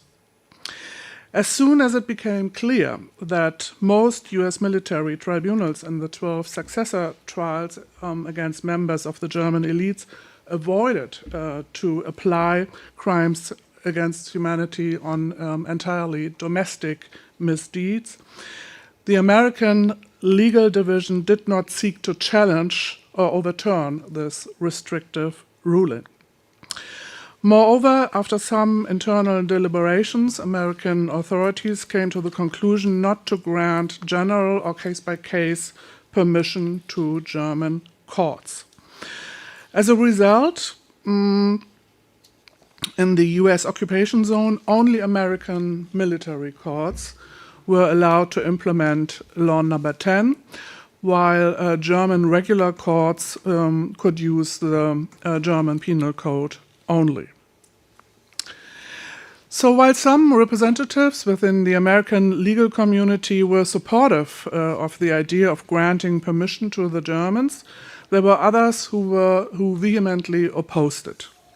Among the latter was Ralph E. Brown, head of the Ombuds German Justice Branch in Württemberg-Baden, and he stated, I quote, "It is believed that crimes against humanity are not defined with sufficient clarity to make desirable the conferring of general jurisdiction on the German courts to try cases under that paragraph. Murder, extermination, torture, rape, etc. against Germans or stateless persons are capable of definition only in terms of German law in any event," end of quote.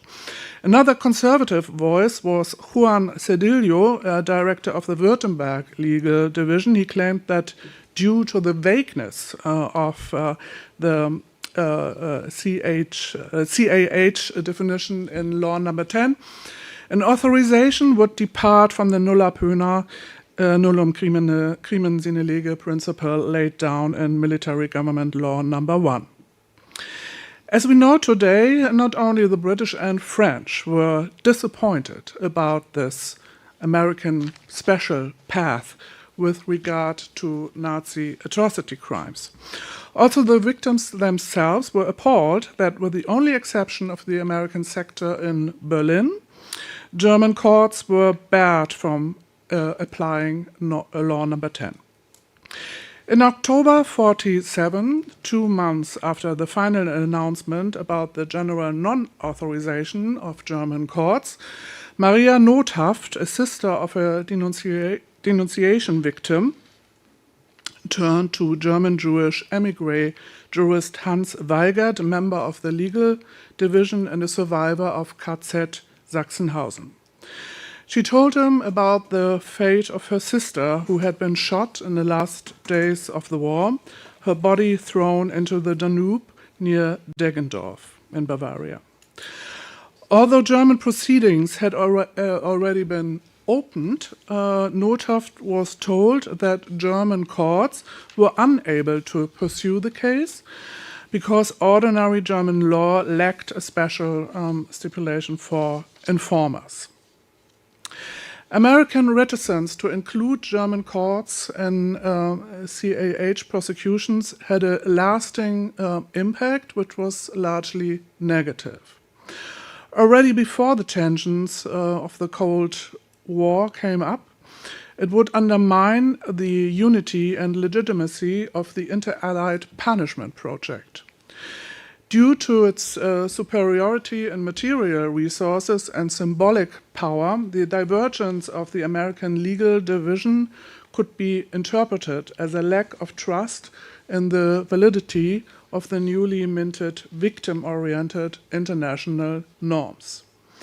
Especially the argument that Article 2.1c lacked sufficient clarity and precision played into the hands of German critics of ICL, who repeatedly contended that only German law could provide an adequate remedy for Nazi criminality. By keeping German courts from applying a law that had been conceived in reaction to systematic German mass murder of civilians, American authorities prevented German jurists from developing a sensibility for the specific nature and victims of these misdeeds. In the end, the British were right when they warned that by taking this course, Americans would be responsible for, I quote, a large number of these cases are going unpunished, end of quote. In August 46, the British military government issued its Ordinance number 47. It entitled German courts to adjudicate cases in which Germans or stateless persons had become victims of crimes against humanity. And according to Article 2 of the Ordinance, German prosecutors were allowed to use CCL 10 in conjunction with German penal law in those cases in which both laws were applicable. So, of course, speak of ideal Konkurrenz. 1 month later, the British officially announced the establishment of the Supreme Court for the British Zone. And during the 2.5 years of its existence, it reviewed the incoming CAH cases, thereby setting precedents, securing legal uniformity, and supporting German courts in dealing with a very complicated mixture of different bodies of law.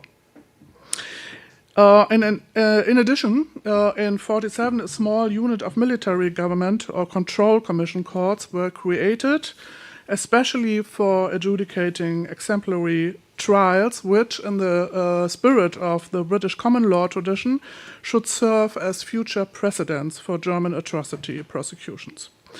And a memorandum by the British legal division titled Crimes Against Humanity underlined the purpose of this measure was to overcome German reservations against this new international norm.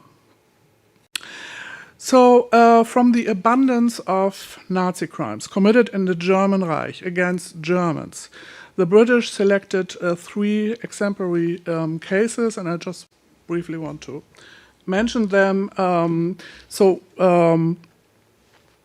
The files do not reveal according to which criteria these cases were selected. Their smallest denominator, as I already mentioned, was the identity of the victims. And the first case concerned a so-called Endphase-Verbrechen, end of the war criminality.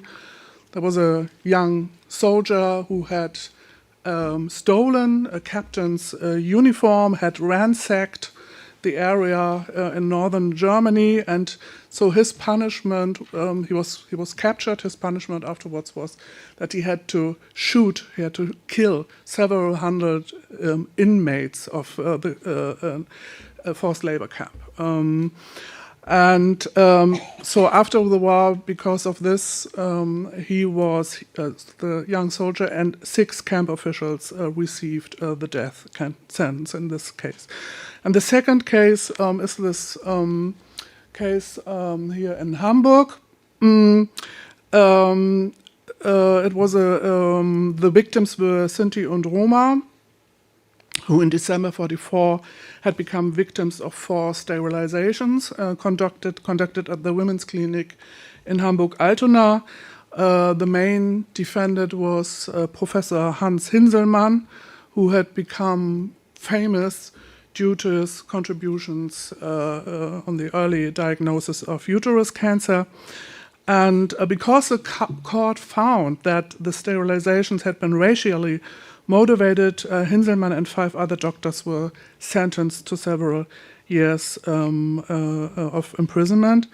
And as you can imagine, after his release, he became director of the Hamburg Women's Hospital again, and until today, he is honored for his path-breaking accomplishments in the field of gynecology.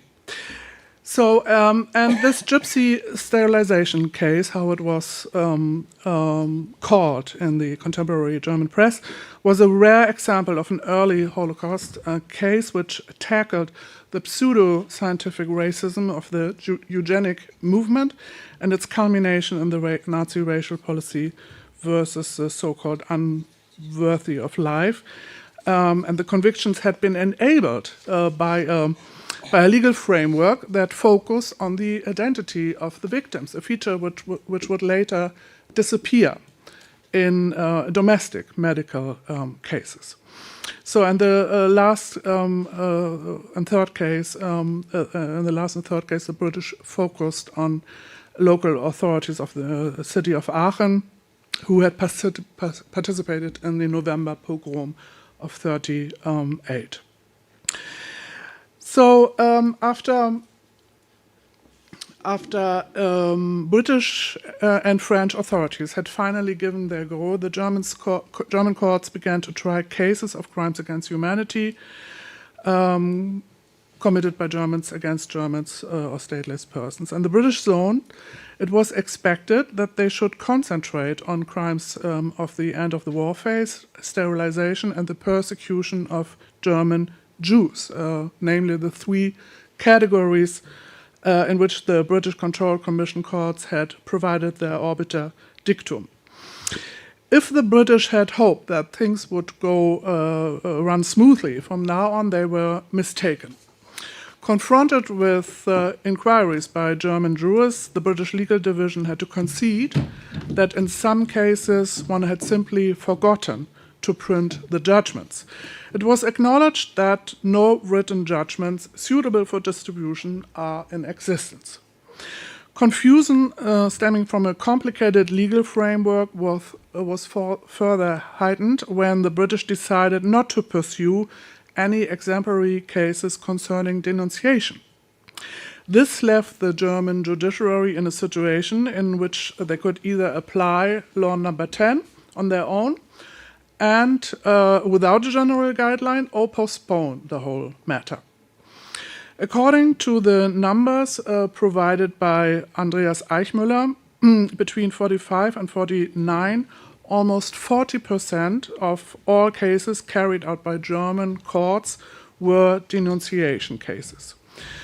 Given the fact that the old German imperial code did not comprise denunciation, while the British circumvented it, it was therefore no coincidence that the first protests of the German legal guild against crimes against humanity and domestic atrocity trials crystallized around this delicate issue. In the eyes of the British, however, the German handling of these cases amounted to nothing less than obstruction. So here I quote, "Serious concern is felt at the extraordinary slow disposal by German ordinary courts and Staatsanwaltschaften of cases of crimes against humanity. Months after months goes by and nil returns continue to flow in from the OLG-Präsidenten with consistent regularity." End of the quote.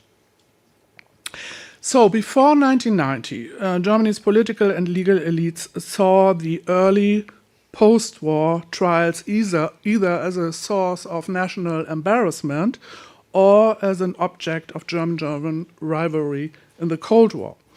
And as a result of this politicization, no serious research was conducted on the subject until the fall of the wall.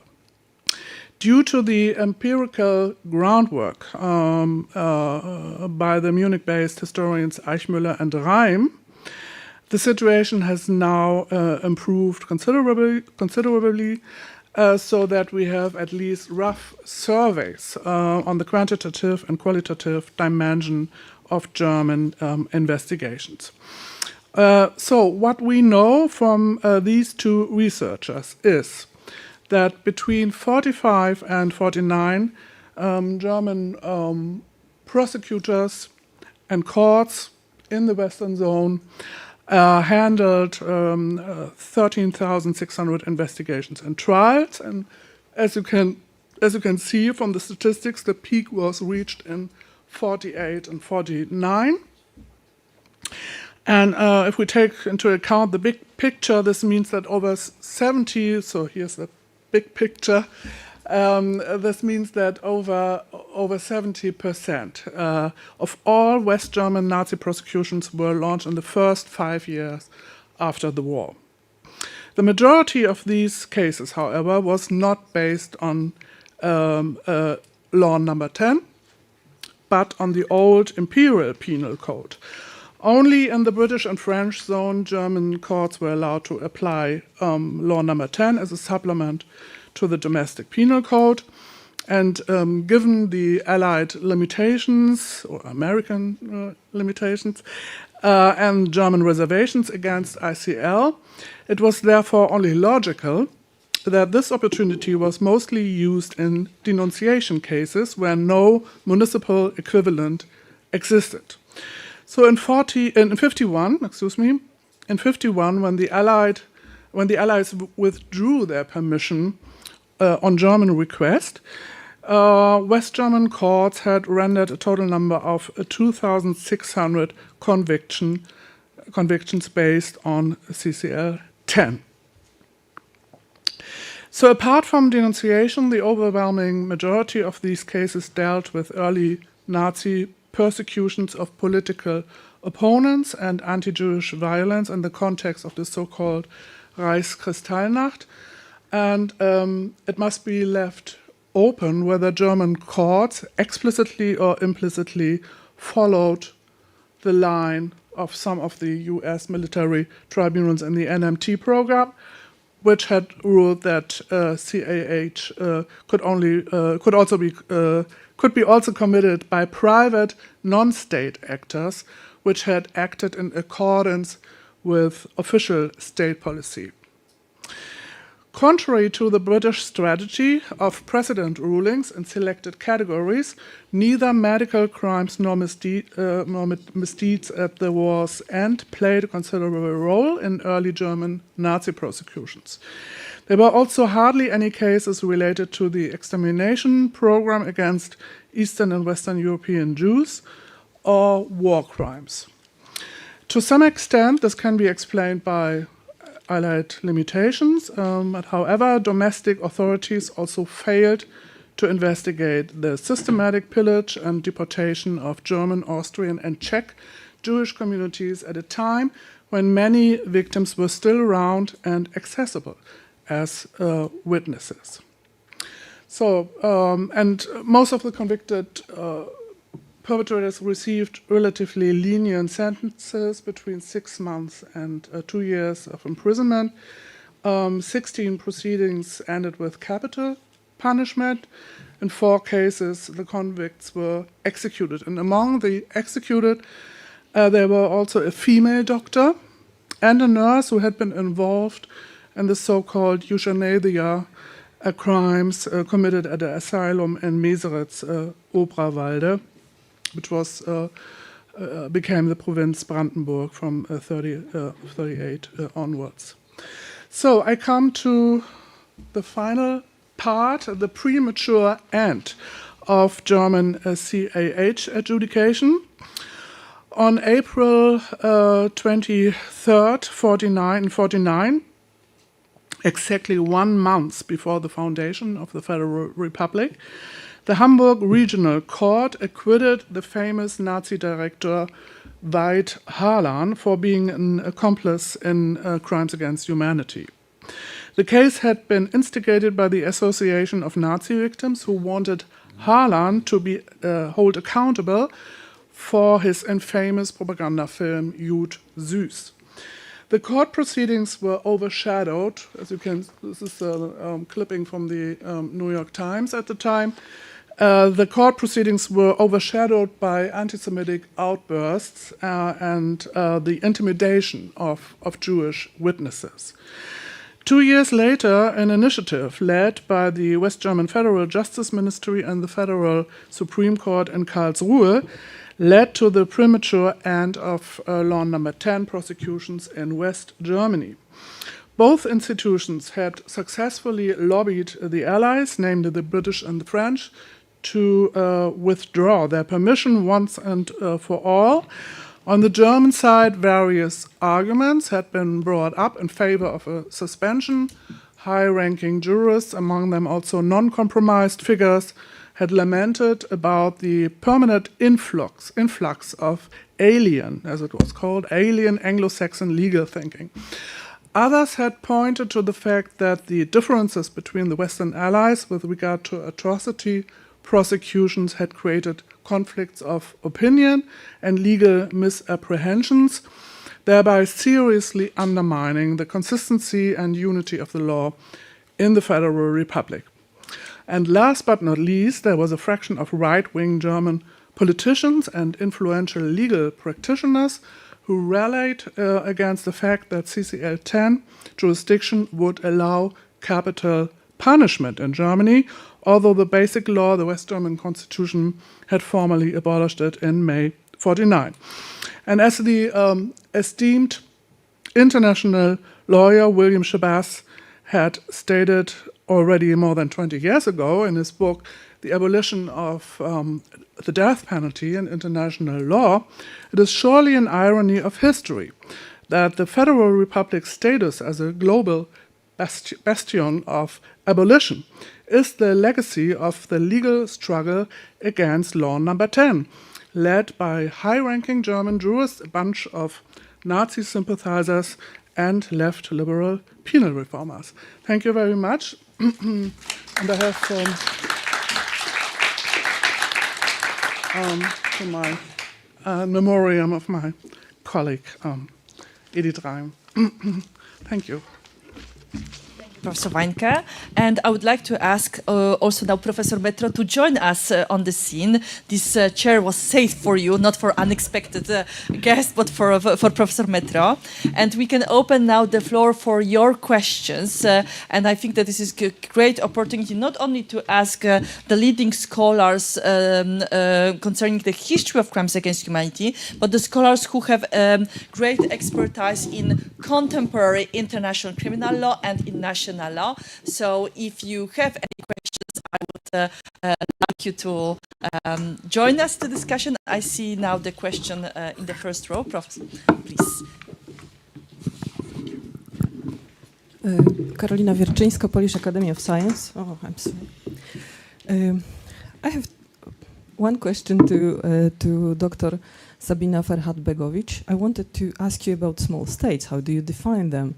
You know, Poland for sure took part in those struggles, but it was not a small state. Maybe a weak one at the time, but not a small state. And I have one question to all of you, because as Patricia mentioned, you are all legal scholars who probably ate your teeth on the subject. So I wanted to ask you, what could have been done better after 8 years that passed from the end of the war? Maybe we could formulate some other good answers. What could have been done better? Thank you. Thank you very much. We have more questions at this stage. I see Dominika Uczkiewicz, who would like to also take the floor, please. I will start with just one question to Professor Weinke about the denazification proceedings in the 40s and early 50s. What was their impact and importance for the trials under the Allied legal framework? Whether it changed after 1949, and whether there were differences in handling the verdicts of this Spruchkammern by Allied courts and German courts in British and British zone and French zone. Mm-hmm. Thank you very much. Yes, I would like to stress that we have the question to all our panelists, because our conference is devoted to the history, but these lessons learned or the advice to the contemporary negotiators would be much appreciated. And if I can follow the questions which were already asked to Dr. Sabina, because you did mention this impact on the of the smaller states, smaller than the great powers. Maybe we can define them in this way. Well, that would be my answer. During the Second World War, we have these great powers: United States, Great Britain, France later, and then the Soviet Union. So small powers or small states are not the great powers. That would be my answer regarding the Second World War. But still, we have a huge number of recent studies in political science, especially. I mean, even the Canadian Prime Minister referred to his country as middle power, I think. I just don't think that they like the concept of a small power anymore. But just it's a capacity to shape or to change international outcomes. What is meant by this concept of small power or small state? It's not about population or size or whatever. And what kind of advice you would have for all those states which maybe now we could say are not permanent members of the Security Council, how those other states could really shape the current negotiations, having in mind this historic lesson which you have just presented? Any advice? Well, that would be really networking. So go out, networking, expertise, institutional embedding, of course, and pressure, public conscience, if we connect it to Martin's clause. So that would be the similar path the small states or the small powers went through during the Second World War. Yeah. As we have a direct question to Professor Weinke, I would now turn to you. How would you answer the question of Dominika? I mean, I said that I wanted to make the history a little bit muddier, and of course. Okay, thank you. No problem. Yeah. So, of course, this makes it even more complicated if we include the Spruchkammer Verfahren. I mean, one of the reasons why there was this German reservation against the whole project was the fact that in the Soviet zone, so basically they were conflated.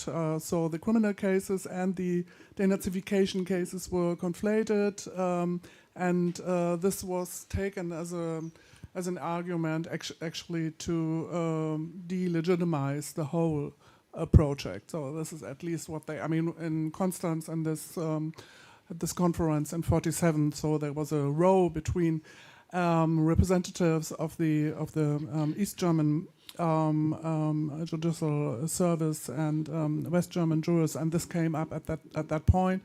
But in a certain way, I think it was unavoidable that because I mean, due to the fact that these two projects went parallel to each other, one was unavoidable that there were confusions and misunderstandings about this. So yeah, I think that point. What could have gone better was your question. Tough one. In particular because we would need to define what were your expectations. Because you don't need to answer that. rhetorical question. But no, what are the expectations? What would we have liked to have seen immediately after this catastrophe of the Second World War in so many regards? I think when we look at stability and peace and then the end of the Cold War and so forth, Europe did actually quite well. So I would say under certain circumstances, I would say it was a success. The attempts also, and it was an attempt at that time to say stop to international law answers to armed conflict and war that were applied before, have a new concept of individual accountability. What a fascinating idea at that time, totally new. I mean, First World War, some attempts, but didn't really fly. And then it's a revolution in international law. Individual accountability. If you are a representative of a state, you are being held accountable for what you done, representing that state. Totally new concept. So did we expect all the states to embrace this at once and go ahead and say, yes, that's the answer to all of our questions? That would have been unrealistic. Of course, then through the Cold War times, this concept was dormant, I think was a term that's been used. But the idea was so strong that as soon as it was possible to implement it again, boom, there it was. And then the International Criminal Court was created as a permanent institution that would sort of symbolize this Nuremberg principle number one. No impunity for international crimes. And it was done so very much by the support and pressure, not so much from the states, but from the civilization. And that's sort of also, in my eyes, the answer to the next steps. We, meaning all of us who are not sort of state representatives, we have to make the pressure. It's us who want state power to be controlled. And that's what crimes against humanity, war crimes, and crime of aggression do. Control of state power. And that states and statesmen don't want to be controlled might not be that surprising, taking into account what they are up to. Sometimes they are not up to that much good, so they don't like to be controlled. So I think it was a fair attempt to introduce, after this incredible catastrophe of the Second World War and the Holocaust to Shoah and so forth, to introduce a new concept. And we are still struggling to persuade states and the world that we need this concept to make this world a safer and a better place. But I don't think that could have done much better, actually. Thanks. So stepping out a tiny bit, I would mention briefly, I think, 3 things that could have been done better, one of which we've managed to solve since then, and 2 that we still grapple with. The first one is the absence of any appellate process at the NMTs. That was a huge problem, but it was a very deliberate decision not to have any appeal. But judges are fallible, errors were made. It would have been nice to have another layer of review, and then you had an incredibly politics-driven review process by the High Commissioner that led to all kinds of commutations and reductions in sentences that just didn't make a lot of sense. So fortunately, we don't have tribunals anymore that don't have an appellate process. We still have political pressure, but we don't have that problem. The second one is, and again, a perennial problem, which is resources. Telford Taylor, when he started developing the trial program, he anticipated 36 trials involving 400 at a minimum defendants. And by the end of the trial program, it was 12 trials and 185 defendants. And that was not for lack of suspects, that was really lack of time, money, investigative resources. And we still deal with that. I mean, again, I'm special advisor at the ICC. You just never have enough to prosecute anything more than an infinitesimally small percentage of the people who deserve to be prosecuted. And I think you see really dramatically at the NMTs that problem. And then the final one would be the quality of the judges. At the NMTs, Arthur Vinson, who was the Chief Justice of the US Supreme Court, he made a very fateful decision, which was to refuse to allow any American federal judge to sit on the NMTs. He didn't want them diverting from their ordinary activities.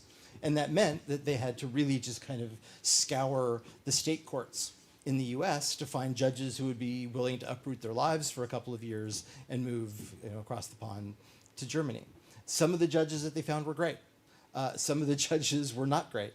Some of the judges... As it is today. Yeah, I'm getting there. And some of the judges were terrified of the Germans. They were terrified of the Soviets. One of the judges, who not surprisingly took the most lenient approach to the defendants, he kept writing in his diary, "Oh my God, the Soviets are going to literally break down the doors of the courtroom and kill us all at any time," because the Cold War was starting to take place. So, no matter, you can design perfect procedure. You can have perfect substantive law. If you don't have good judges applying it, you're not going to have good outcomes. And that still is an issue. I mean, we need to elect that guy over there and then clone him and make 18 times, because it is extremely uneven. And it's not driven most of the time, as anybody here knows, by the quality of the judging. It's driven by politics.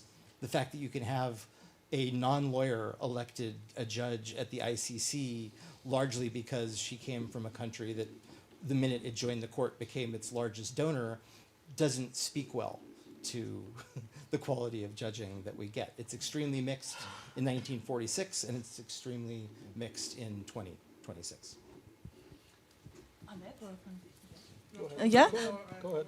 No, we can put on this Gwenaëlle on the spot, having in mind that we ask about the quality of judges, and then we can ask what we could do better within those 250 years which you referred to. But also, Professor Metro, we wanted. I think that we want to like to hear from you, from your perspective of a judge. What could we do better in the new convention?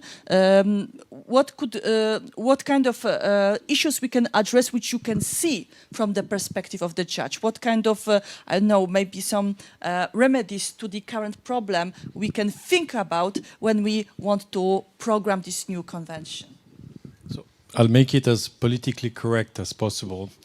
I'll simply say that I do agree with what Professor Heller has said, that at the end of the day, if you don't have the right people to do the implementing of the law or the implementing of justice, whatever comes out of it will be disappointing.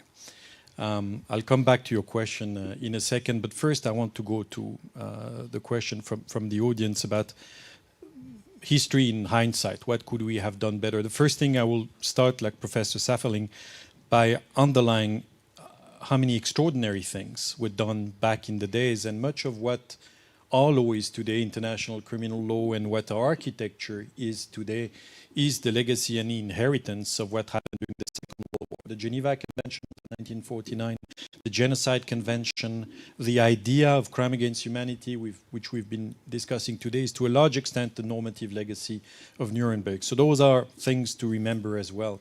If I had to pick my two additions to that, is how quickly the appetite for justice disappeared, waned away.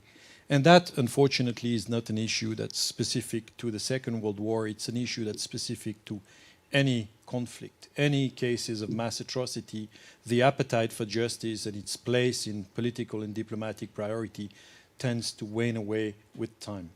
The second thing which I would have wished had anchored itself back in the day is the sense that this justice that was being done on the back of certain people back during the Second World War was relevant to all and not just to some.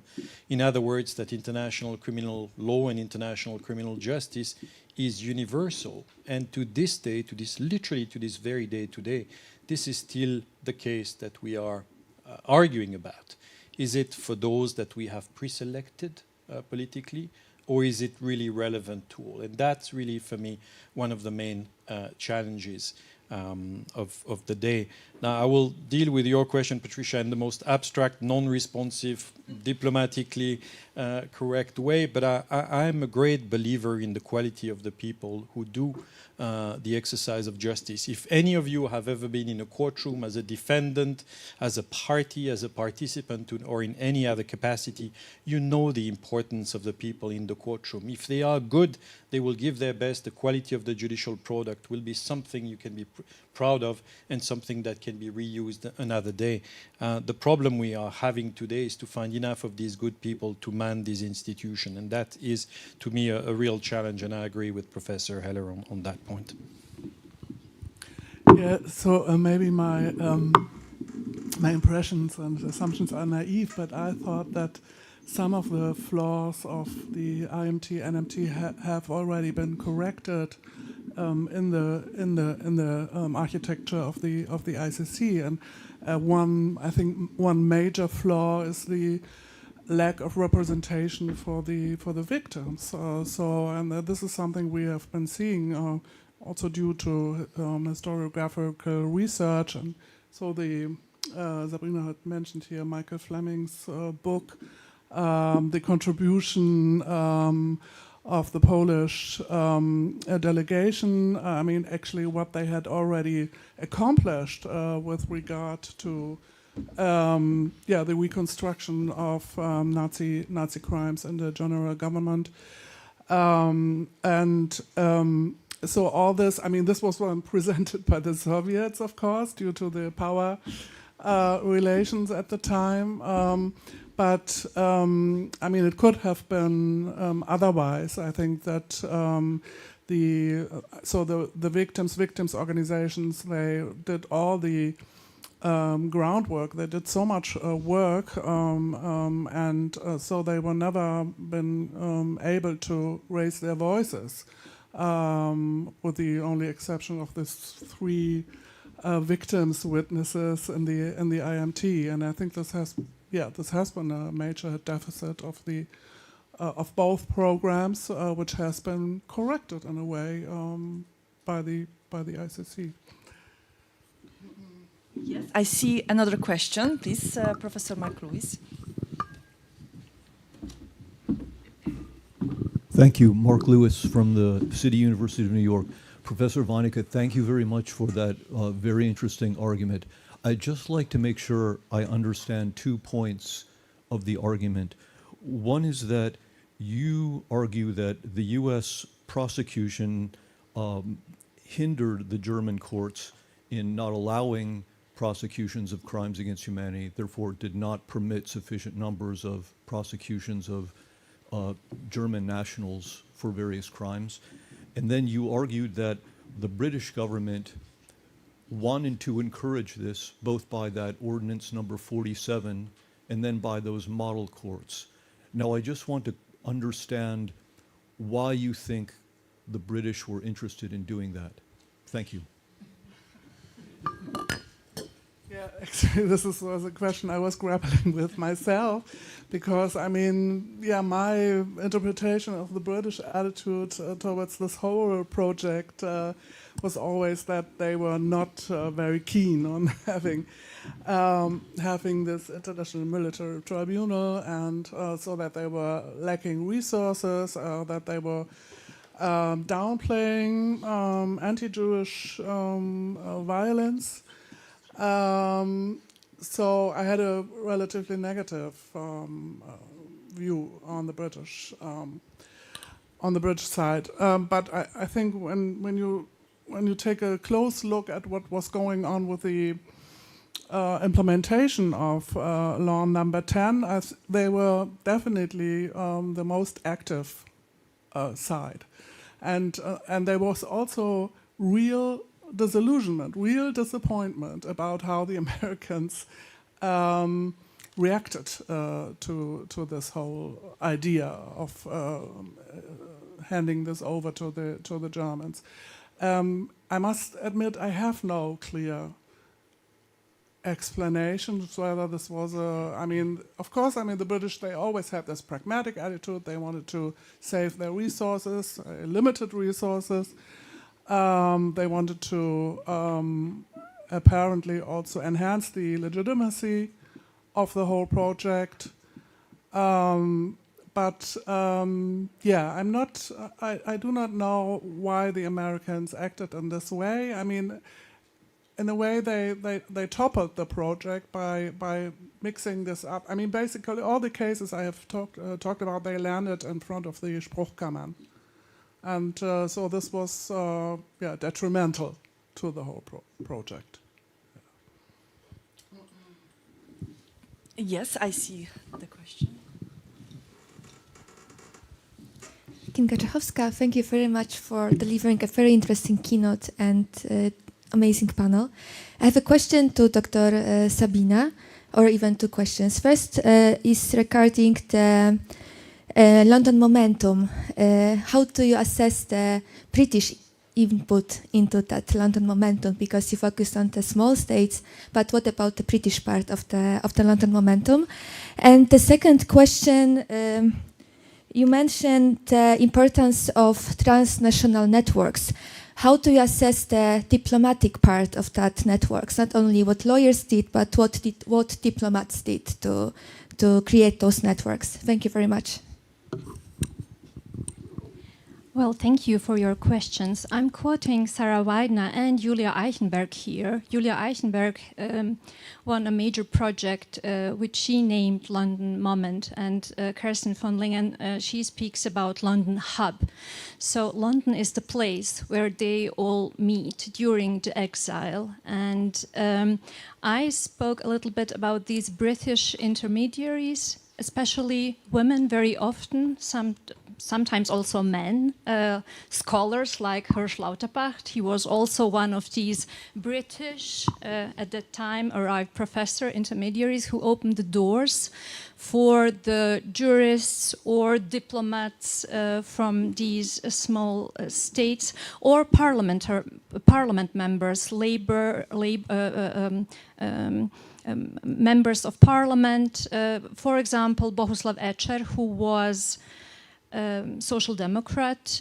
He was accompanied by Nicholas Pratt very often and invited to the parliament to present his ideas or present the ideas of Aaron Trainin, because he spoke Russian. So it is very different if you look at the different states. We speak here about 17 different states who were members of the United Nations War Crimes Commission, for example. So if you look at the Polish government, Dominika here is the expert. She can tell you everything about the Polish government in exile. They organize banquets, something like that. So just gathering, meeting together, speaking about different issues, connecting people and connecting topics. So it's not so easy just to find one space. It's rather the whole city of London which enabled that kind of engagement, actually, because they all met there, people who wouldn't be there, but who were expelled, who were refugees very often. I mean, Bohuslav Ecer was a deputy mayor of Brno. He fled Gestapo, went to Yugoslavia, then to France, from France to Lisbon, and then came to London in 1940. Was not the only refugee there. So some of them also lived nearby and met just for different occasions to play soccer together, something like that. Yeah. And even if we mention Lauterpacht, we like to stress here in Poland that Lauterpacht had Polish origins. I know, but what I meant was that we have refugees from Eastern Europe or from Central Europe, and they come to London. And Herr Lauterpacht is, of course, from Lemberg, Habsburg, Polish, Ukrainian, whatever. Many could claim, yeah. Yeah, but he's arrived a professor. I mean, he's a scholar. He's connected. He's well connected. They aren't, or some of them are. I mean, they also had their connections because they studied at the University of Vienna, but most of them were not Oxford or Cambridge scholars. So the most important thing was to learn English. It was so important for them to learn English, to speak English, and to be understood and to develop, I don't know.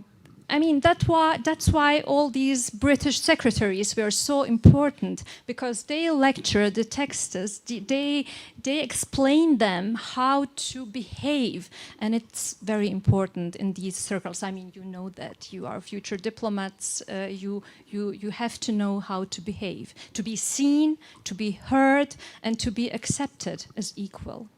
And sometimes we do not have to underestimate things like that. Yeah, as a historian, we look at things like that. And to end this, we have the question still. Yeah. So, for the sake of time, I think I will just ask two simple questions. So one would be to Dr. Sabina.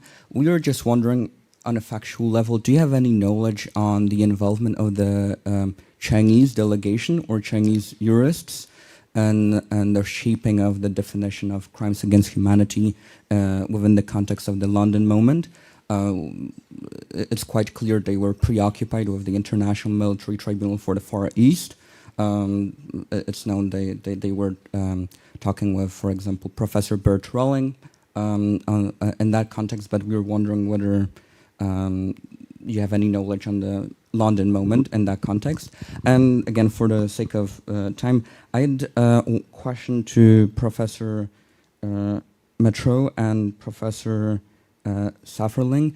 To go to the proverbial roots of the crimes against humanity, you did mention the concept of the loss of humanity within the Martens Clause, which is widely used in many international humanitarian law instruments. I was wondering, considering the recent debate in the literature circles, do you, in terms of your personal opinion, do you consider laws of the humanity to contain a level of normative autonomy, or would you probably prefer to see them as kind of interpretive guidelines like Cassese or Meron? Yeah, just wanted to gather your mind on that. Well, I will give you a very brief answer and point you out to Anja Bila. Anja Bila, who wrote extensively on a Chinese representative, Wellington Koo, who was a supporter of Bohuslav Ecer. After 1944, when Ecer was very disappointed by the British delegation and had the feeling that everything what he tries to change something and that every of his ideas is being stopped, Chinese delegates supported him, and of course it was so important for them because of the the question of crimes against humanity in Manchuria was a main issue for a Chinese delegation. But as I said, Anja Bila is a great source of information on that.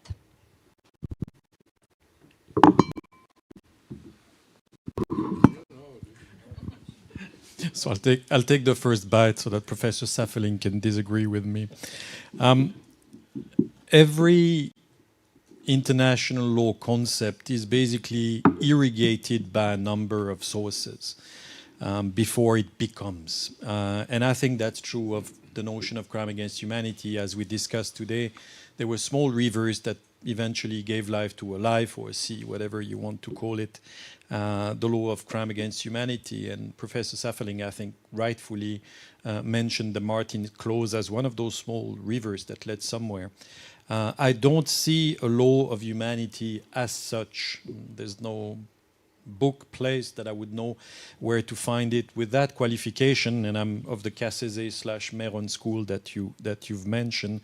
It irrigates your interpretation of the law, and there are concepts in international criminal law, but not just in international criminal law, that require you to decide how broad, how narrow, how big, how small the prohibition or the principle is. And this is one of the places where jurists, Judge Meron, Judge Cassese, when they were on the bench, found the way to interpret the law they wanted, because the spirit of that principle irrigates not just the laws of war, as in The Hague, but have irrigated international criminal law in general. The spirit of it, it's a body of law that is criminal law, but it's also a body of law that's much more than that. It's humanitarian in its ambition and its philosophy. So smart lawyers like Judge Cassese have found ways to make a good legal argument with what was, to a large extent, a very legislative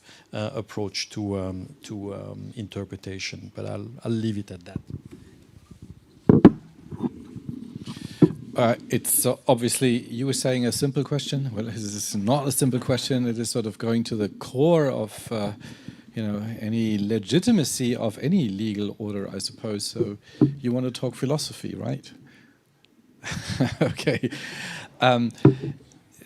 I totally agree with what was said before. I mean, from a positivistic point of view, I would always point to sort of the legal systems of the world. This is sort of an empirical status. You could say as there are simple truths, because every national legal system has criminalized certain acts as being detrimental to the society, right? So, and they're very similar. So this is one of the sources that I would refer to, and I think international law does that. When we look at the sources of international law, it takes national legal orders into account.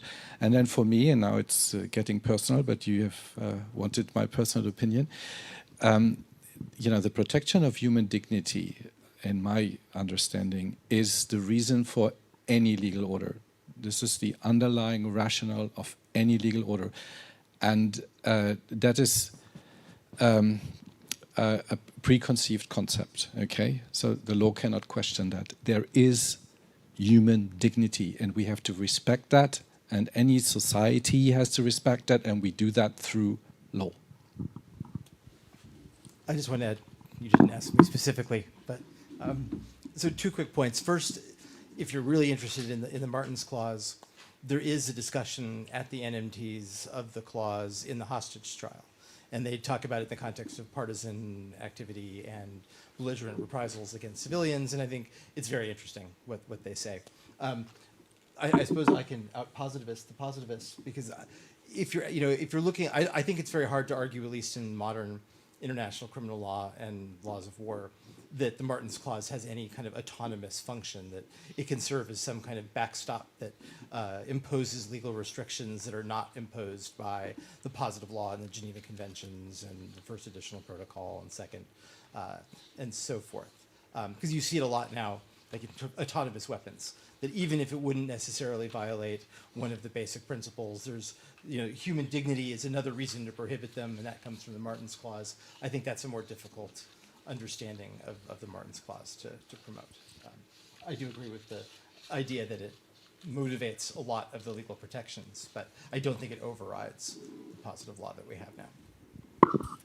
Thank you very much. And at the end, I would like to stress that tomorrow we would have another round of fascinating exchanges to which we really encourage you to join, because this pressure to which my colleagues were referring can be built not only by the panelists but also by the audience asking questions. We start tomorrow at 9 a.m., but you could learn already today that from 8:30 we serve really good coffee, thanks to the courtesy of Polish Ministry of Foreign Affairs, for which we are very grateful. So I do recommend you to come tomorrow, not only for the food for thought, but really food for your body to survive the whole day of the conference.